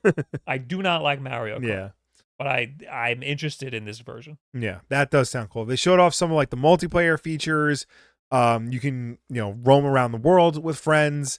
There's a photo mode. They talked about how game chat is implemented. They talked about all the different kinds of modes in the game, like battle mode, versus mode, time trials, items. While there will be familiar items returning to Mario Kart like Bullet Bill and Lightning, there will also be some new additions like coin shells that can knock rivals off course and provide a trail of coins for players to collect. There will also be ice flowers, hammers, the mega mushroom, a feather that will let players jump to avoid attacks, and even a Kamek item that will call in Kamek to transform players into something mysterious. Ooh. Yeah. Yeah, so this game seems really interesting. I don't see myself playing a lot of Mario Kart, but the changes they made, I think, are worth checking out. Yeah, it is starting to sound like more and more like a new kind of Mario Kart. It's not just, a new version of what we had before. It's like a whole new thing. Yeah, and that's cool. Can you play as Pauline? I think so. Hell yeah. When she came up in the Mario Brothers movie, one of my kids was like, "Who's that?" And I tried to explain the whole backstory of Pauline. There are a lot of new characters. Yes. I just saw one of the, what do you call this guy? What the hell is this? Oh, one of the Delfino Plaza guys. Yeah. Yeah, basically every character that's ever been in Mario. Everyone is here. Yeah, literally. Look, a crab. You can play as the goddamn crab. Yeah. And the fucking snowman. There was a good meme that went around that they threw a penguin off of the cliff. Piantas. That was what the race of people was. Yeah. So yeah, we didn't really get that much new information from that direct, but I'm, from all of the stuff we've seen, I am interested in that game. Yeah. Do we have notification? No. Solidus, thanks for the 100 bits from a long time ago. I think I missed it. Next news. Paul Rudd is back in the news. Yep. As all you Rudd heads know, actor Paul Rudd made his acting debut in an iconic 1991 Super Nintendo commercial as a radical-looking 22-year-old playing games like F-Zero and a then unnamed Legend of Zelda: Link to the Past on a gigantic drive-in movie theater screen. And now, 35 years later, Rudd is back to promote the Switch 2 wearing the exact same outfit. Nintendo uploaded both commercials to YouTube on April 21st, providing a wonderful side-by-side look at how differently video games are marketed in the 2020s compared to the 1990s, as well as how ageless Paul Rudd continues to be even as he nears 60 years old. The two videos have since accrued nearly 2 million views combined. Note, I think we need to start acknowledging that Paul Rudd is aging like a human being, because like he looks significantly older in the new commercial. Yeah, so I noticed that. Yeah. Someone was saying that they aged him up on purpose. No, he's just like an old guy wearing young person's clothes and hair. Yes. That's just what it looks like. Yes.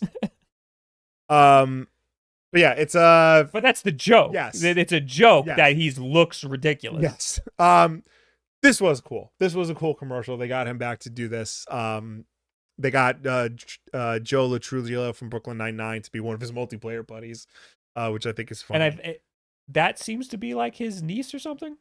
I think so. Yeah. They say it in the trailer, but I don't know. It's supposed to be his niece. I don't think it's his actual niece. Okay. Oh, I thought maybe it was. yeah. This is I like this a lot. Yeah, this was just fun. Yeah. Looking at this, I love this original commercial. Yeah. In a minute. It's very iconic. Yeah. Fucking, what was this? 2 years ago, I also recreated this commercial. Did you? Yes, and it was shot for shot, but it's not as cool as I thought it was. But yes, I tried to do my best shot for shot recreate. Every shot is exactly what it was. Okay. But it's, given a higher production, they had a whole crew and like Paul Rudd money. Yeah. You had like a weekend. So and my garage. Yeah. But I was gonna post like my own shot for shot next to each other, but I was like, no, theirs was way better. Yeah. I'm not gonna bother with it. I mean, I do find it funny that like Nintendo uploaded it to their YouTube channel now when it's been on YouTube for like the entire time YouTube's been a website. Like this is a famous commercial. Yeah, they uploaded both at the same time. Yeah, so like, and it hasn't the old commercial hasn't broken 1 million views yet because it's been on YouTube. Yeah, exactly. Like I had to watch it to recreate it myself. Anyway. So, yeah. Some fun news. It was cool. Yeah. Last news. Cyberpunk is confirmed to be the first game to use DLSS. Yes. Did I not? Oh, I did. So there's been a lot of weird and conflicting information about Cyberpunk running on the Switch. When I was at the event, they said this has no DLSS on it. Really? Yes. And I think that at the time it had no DLSS. Right. But things are changing. So yes, they've enabled it. CD Projekt Red has confirmed to Digital Foundry that Cyberpunk 2077 will make use of DLSS, making it the first Switch 2 game to officially confirmed to use the technology. We are using a version of DLSS available for the Nintendo Switch 2 hardware powered by NVIDIA's Tensor cores, it told the publication. The game utilizes DLSS in all 4 modes, in handheld and dock, and the performance and quality variations of each. According to CD Projekt Red, the Switch 2 version of Cyberpunk will feature quality and performance modes for both docked and handheld play. While docked, quality mode runs at 30 frames per second and performance mode runs at 40 frames per second, which would presumably only work on TVs that could support 120 hertz. In handheld, quality will run at 1080p, 30 frames per second, and performance mode will run at 720p, 40 frames a second. Yeah, so it's surprising, but no one has confirmed yet that they are using DLSS. Aside from CD Projekt Red. Right. CD Projekt Red, Cyberpunk got a lot of shit when it released because it ran like shit, but they have used that to learn a ton about optimizing their game and adding a lot of these technologies to make the game run better. So they are the best fit to be the first ones to announce that they're going to use that. And this is just an effect of them having it on PC. Yeah. I don't know what it's like to then just enable it on Switch, but this is interesting for a lot of reasons. One of them is that the Switch it seems to work a lot like a PC handheld. Yeah. And remember how I've said before that it would be cool to see an NVIDIA PC handheld? Yeah. Because we don't have one. Yeah. This is the closest thing to that because the architecture is similar to a 30 series NVIDIA card. So this is one of the reasons why that's cool is because you get stuff like DLSS. Yeah. I don't think any of these games confirmed for the Switch 2 use any sort of frame generation. Right. NVIDIA frame generation. I forgot what they call it. Maybe someday we'll see that, but right now it seems like the only thing we're getting is DLSS so far. And this will help games like Cyberpunk that are really high powered to run on such a small, low powered device. I'm sure we'll get more. Ignore me. I'm just looking for a tweet of the week. Okay. I will do so. I'm ignoring you. Okay. I found one. A little rushed. All right. There you go. Well, what do you expect? It'll be okay. I want to read a little bit of that, though. It ran semi-decent on high-end PCs with an NVIDIA GPU from the start. I mean, that was the playable version of the game. Yeah. But I wouldn't say that it was like... the game was it launched broken. Yeah, it launched broken. It was the worst on old consoles. Yes, but it ran okay on like higher end PCs, but like that was kind of the problem, is that it could only run on like the highest of high end PCs. Yeah, and only okay. Yeah. It's gotten a million times better now. Yes. The frame rates are way high now. Yeah. It's surprising. So yeah, I'm talking about it. I talked about it in my video of the event about how Cyberpunk runs and compared it to like the Steam Deck and the Ally X, and I'm doing that again in this week's video. Yeah. Very briefly, but I'm impressed that it's able to compete. They're gonna have a lot of optimizations specifically for the Nintendo Switch version. Yeah. So it could be even better, especially when this thing finally launches. Yeah. And one of those things that will help is DLSS. And I'm pretty sure, again, that they didn't have that at the event, unless they were just wrong. Maybe, yeah. These different events that they're rolling out across the world, they're changing the game constantly. Yeah. They're changing the ways that you're playing the game. Like, they apparently had issues with the TVs they were running them on. Like, really? According to Digital Foundry, sometimes the TVs would reset themselves and they would be in like standard like demo mode, and they would have like motion smoothing on and stuff. Yeah. And that's not the game that you're going to be playing at home. So people are getting different experiences at these different events. They keep changing things. So we don't know exactly what it's going to be like when we get this thing in our hands, but we have a general idea of what it's going to be like when we get it in our hands. DivDev did say the Switch 2 was like a mid-tier PC earlier this month. A lot of people are saying that. And that is really, really good news for two reasons. Yeah. One, it means that things are going to be easy for them to fart over to the Switch 2. And also, it means that we finally have an NVIDIA-powered PC handheld. Yeah. Or I guess I should say an NVIDIA-powered handheld, because it's not really a PC. Tweet of the week! Tweet of the week! Tweet of the week! Tweet of the week!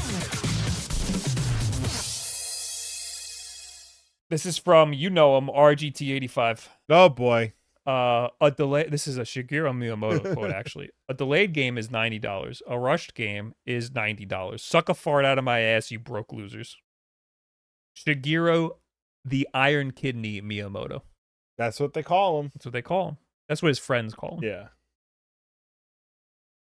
All right. We'll talk to you guys briefly. Yes. Let's start with people with comments on last week's WULFF DEN Podcast over on the YouTube channel, youtube.com/WULFF DEN Podcast. So I'm doing a video this week. It's going to be basically just, should you get a Nintendo Switch 2 or a Steam Deck?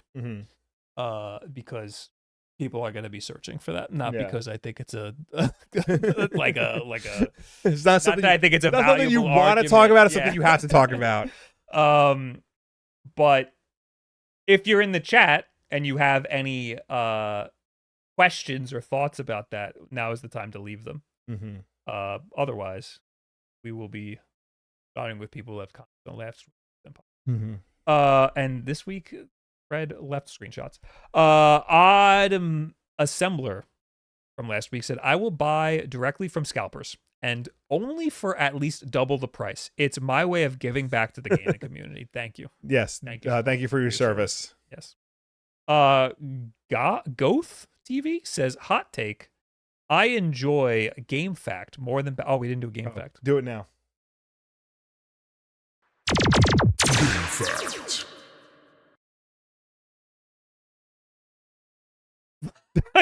Why? Why? Oh, I'm hitting the wrong button. Okay. Oh, we're gonna do that again. We're gonna do that again. I gotta prime you though.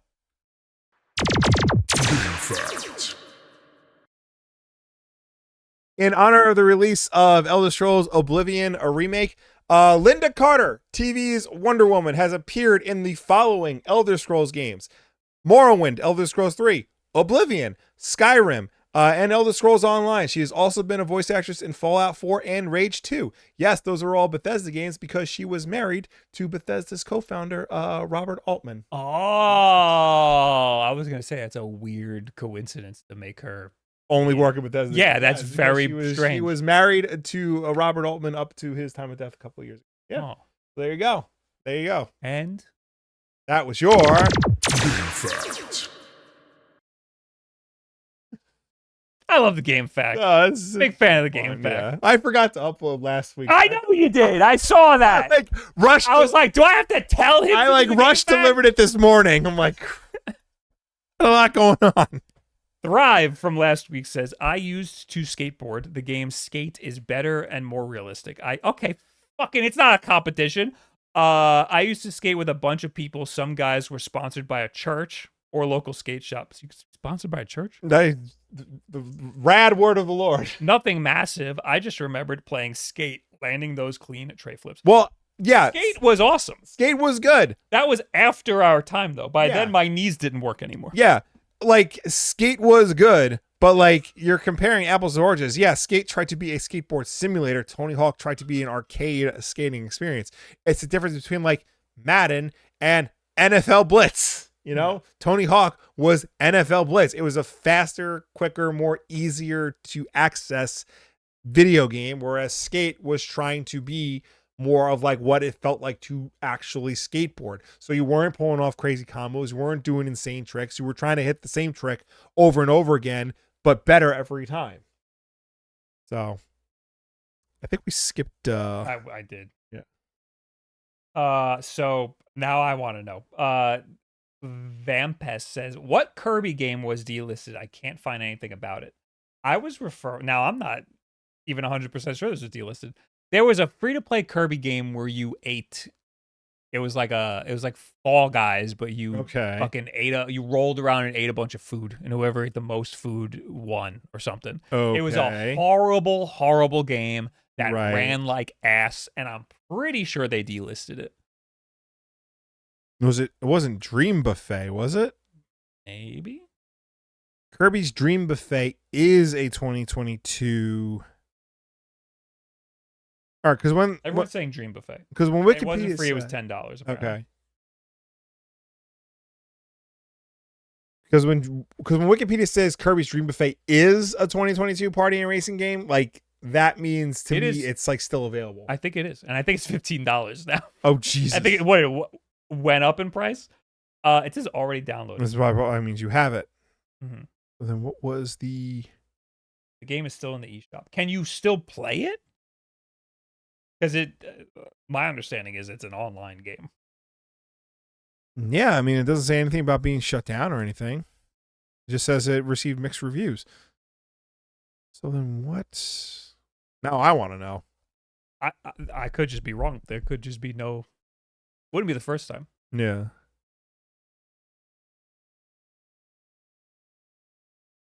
Yep, I don't see anything about any. Yeah, so maybe you are thinking of Dream Buffet, but it's just bad. Yeah. Apparently, people are saying.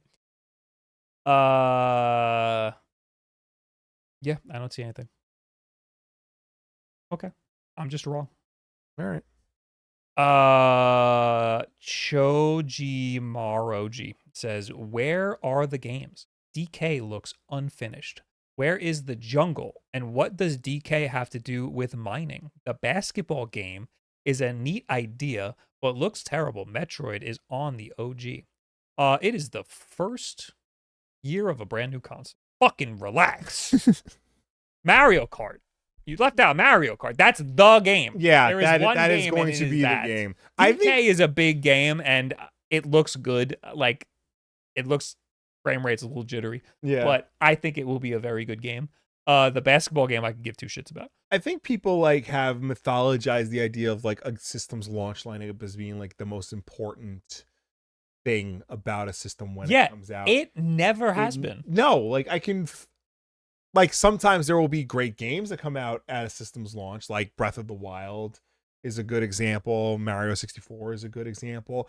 But the PlayStation 2 is the greatest video game console of all time. That had a shitty launch lineup. You know, I said Time Splitters before. Can you name another launch lineup game from the We would go to the 2? mall, and I would play. What the fuck's the fireworks games in Fantavision or whatever the fuck? Yeah, Fantavision, I think. Fantavision. Yeah, and that's what I would play on the PlayStation 2. Yeah. And I would go, whoa, look at the lights. Yeah. And I'd be like, I don't need this. Yeah, exactly. You know, like a launch lineup, it just needs to be interesting enough to get you in the door and give you something to play like immediately. But like nowadays with backwards compatibility, you don't need that. You can just carry everything over and keep playing what you were playing while you wait for the new thing. Yeah. You know? You don't buy the Nintendo Switch 2 for the launch lineup. Yeah. Wait until there's a game that you want to play. Exactly. And that's how what it you're should supposed to be. do. Yeah. You shouldn't need to have the console when it first comes out. Yeah. You should get it when you feel like you need to adopt it. Yeah. Like when if you're interested in if you're not interested in Mario Kart but you're interested in Donkey Kong. Yeah. Wait for Donkey Kong. Yeah, like I didn't put it in the keep, but like Doug Bowser, like they asked him when the next 3D Mario game is gonna come out, and he said, "Just wait." So yeah, just wait. Yeah, I think it'll be fun. Okay, that's it for. Yeah. I in the chat now. I want to play Nintendo games, says Jay Cannon. So I'm gonna get a Switch. I held off buying a Steam Deck because most of the games that were on deck that I wanted to play would come to the Switch a little later. But I also ended up putting Windows on the deck so I could play a lot. Wait, what? Oh, so you ended up buying a Steam Deck eventually? Okay. I thought you were gonna say you didn't buy a deck. Yeah. You can go back and watch like my impressions of the Steam Deck. Like even when I first got it, I was like, this is not a Switch. I'm not going to play this. Right. Like, it's not a big deal. The thing that really opened my mind up to the Steam Deck was the fact that a lot of the cool new games that were coming out that I wanted to play were indie games that came to Steam first. Right. And I would always have to wait for them to come to the Switch. Mm-hmm. And it's nice to not have to wait. Granted, if I didn't want to spend the $400 on a Steam Deck, it'd probably be worth it just to wait for it to come to the Switch. Will, don't forget that the narrator for the Paul Rudd 90s Super Nintendo commercial was Tony J. Look up who that is.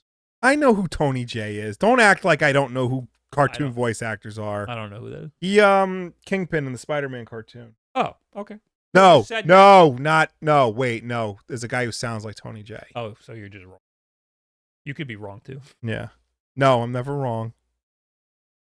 Bob, Nintendo finally confirmed in the Mario Kart World Direct that Donkey Kong is Donkey Kong Jr. all grown up in his early 20s. Oh, interesting. That's cool.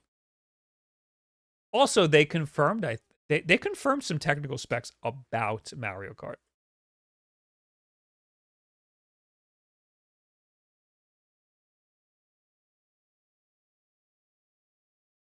Where was this?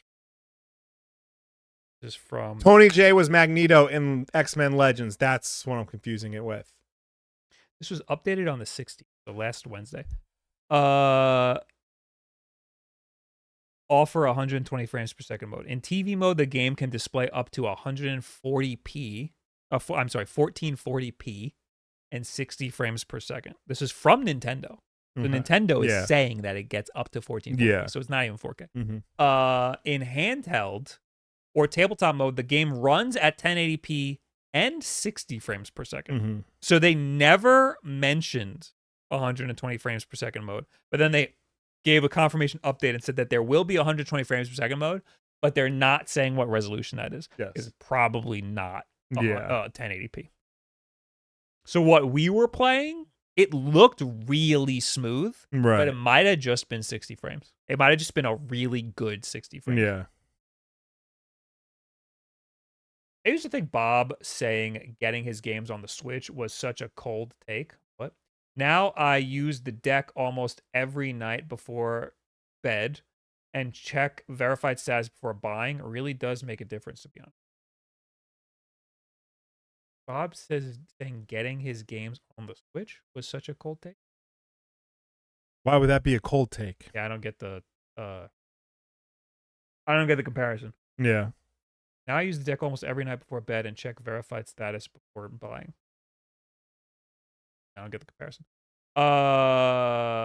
Bob is gonna switch from Steam Deck to Switch 2.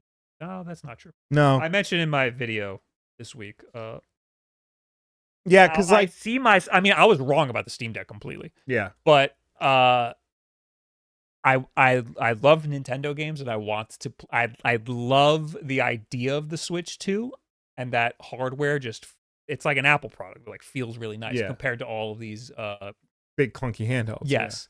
But getting games on Steam has like been such a great thing. Yeah. Because of the versatility of Steam, the family sharing. I love playing on all these different types of devices, and being able to bounce between them all is really good. So having that versatility and all the versatility of the devices themselves, I don't see myself wanting to abandon that. Yeah. I mean, also too, like, you gotta remember when the Switch came out, there really was nothing like it at the time. So like that being like your main system for like indie games or like portal games like that, it made a lot of sense. Yeah, that was another thing that surprised me. Was I love the Switch for its versatility of being able to play portably or docked. Yeah. And there's nothing like that. I got the Steam Deck, and I wasn't expecting that versatility to be me playing it portably or playing it on my computer, which is essentially playing it docked or playing it handheld. Right. And I don't want to abandon that now, because being able to play it on the PC or portably is more valuable to me than playing it on a TV or portably. Yeah.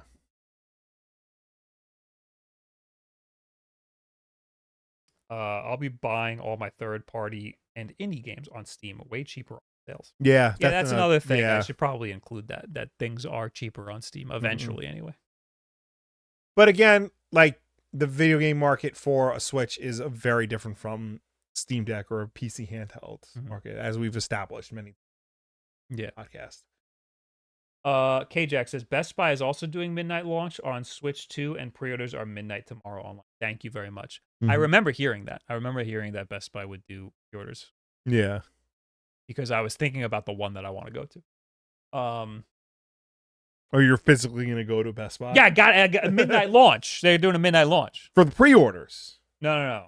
No, he's saying they're doing a midnight launch. Oh, for the actual... Oh, got it. Also got it. Because I was going to do GameStop because they're doing a midnight launch, but they're not... The pre-orders don't start at midnight. They start at 11 a.m. Got it. Okay. So now I don't have to even bother with GameStop. Okay. I can just do Best Buy because their pre-orders start earlier. Yeah.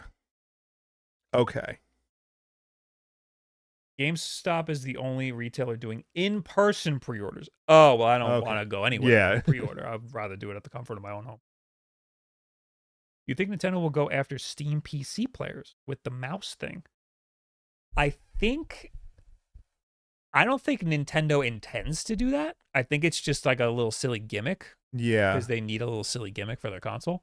But I think an unintended consequence is that a lot of these games they're running with the PC architecture, and they're just going to work with mouse mode. Yeah. It's just going to work. And I think that that's going to be great. And I think that it's going to be really easy to adapt games that way. Yeah. I don't know how often I'm going to want to play a game like that, but I was talking to Wood about Marvel Rivals. Like, that game seems like it would be very easy for them to fart that over to the Switch 2. Yeah. And that just has to have mouse mode. Yeah. Which is weird because there's different player pools for competitive. Like, I mean, PC players and there's console players, because they don't want you to use the mouse and keyboard on console. Right. But on the Switch, what the fuck are they going to do? Yeah. Maybe they'll disable mouse mode. Maybe.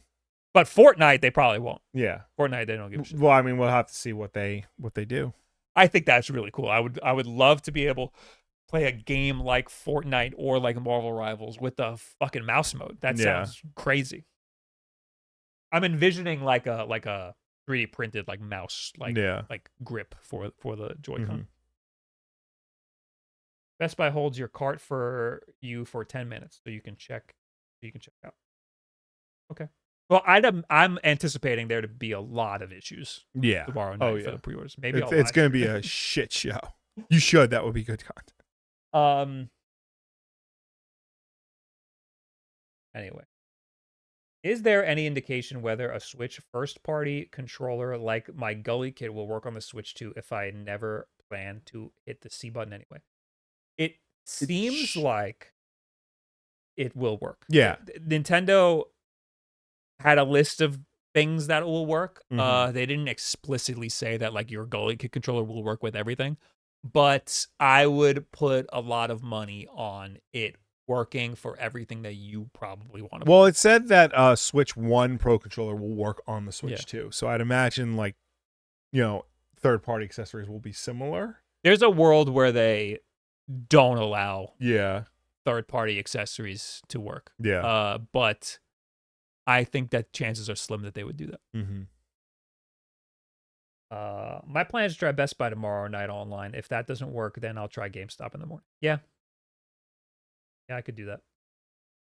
Hey, Bob, do you think if the Switch 2 doesn't sell as much as Nintendo wants, that they would decrease the price similarly to the 3DS launch? No. I normally would say yes, but I think that they are taking a loss after the tariffs. Yeah. So if they announce that there are never going to be any tariffs, then maybe. But I think that in today's climate, there's no world where they lower the price. Yeah.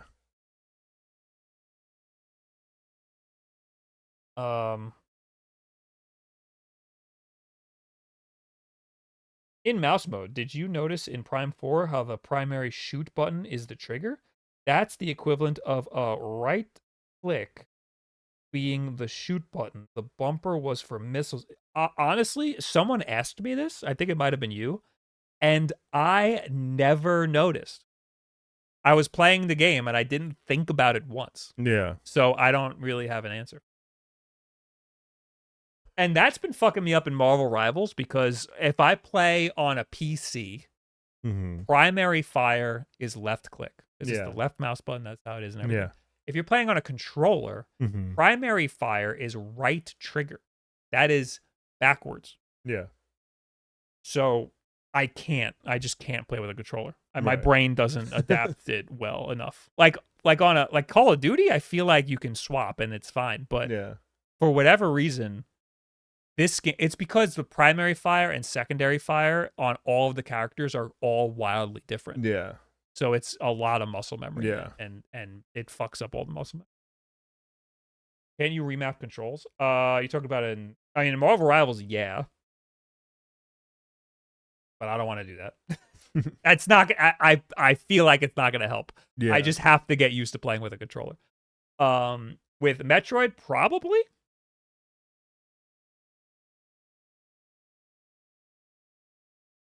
Interview with a French retailer, FNAC, about Switch 2 pre-order reveals hardware sales at historic levels. Yeah, I know. This is.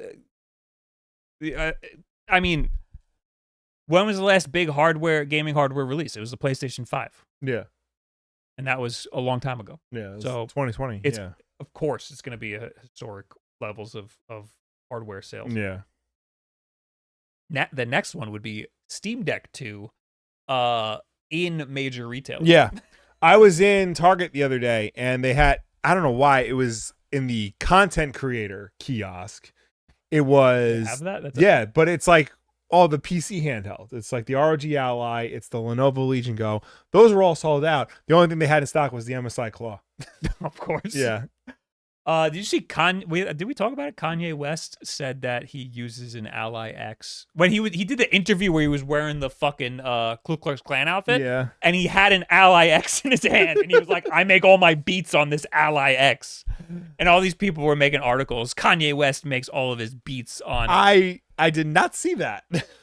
Not see that. Ah. I looked it up, and even before he did that, there were people doing tutorials on how to use like Fruity Loops with a PC handheld, and they literally play it with the controller. Right. It's like really interesting. Weird. Anyway, Hey guys, thanks for hanging out, everybody. Thank you for tuning in. Thank you for watching. Thank you for chatting with us. As always, the Wolf Den Podcast is every Tuesday night at 8 p.m. Eastern, right here on twitch.tv/wolfden and youtube.com/wolfden podcast. If you can't make the show for any reason at all, we always put the archive version up always on youtube.com/wolfden podcast. So you can go and check us out over there on demand whenever you want. But if you prefer to listen to us rather than watch us, you can do that as well, because we're also an audio podcast on any and every podcast service, such as Apple Podcasts, Spotify, YouTube Podcasts, Audible.com, Pocket Cast. No matter where you get the show from, folks, please be sure to subscribe, rate, and review us, because that helps us with placement on all those respective platforms. I am hopefully going to have a video out on Thursday. I got to film it right now. Ooh. And then maybe I'll stream on Thursday. Yeah. See why not? Maybe I'll do like a quick Twitch stream of me trying to pre-order the Switch 2. Maybe. There's a chance I won't, but maybe. So that is Wednesday night at 11:59. Okay. Or Thursday morning at 12 a.m., depending on how you want to see it. Guys, thanks for being here. Did anybody give us any money? No. Goodbye. Bye. Bye. Goodbye. Go away. Yes. There you go.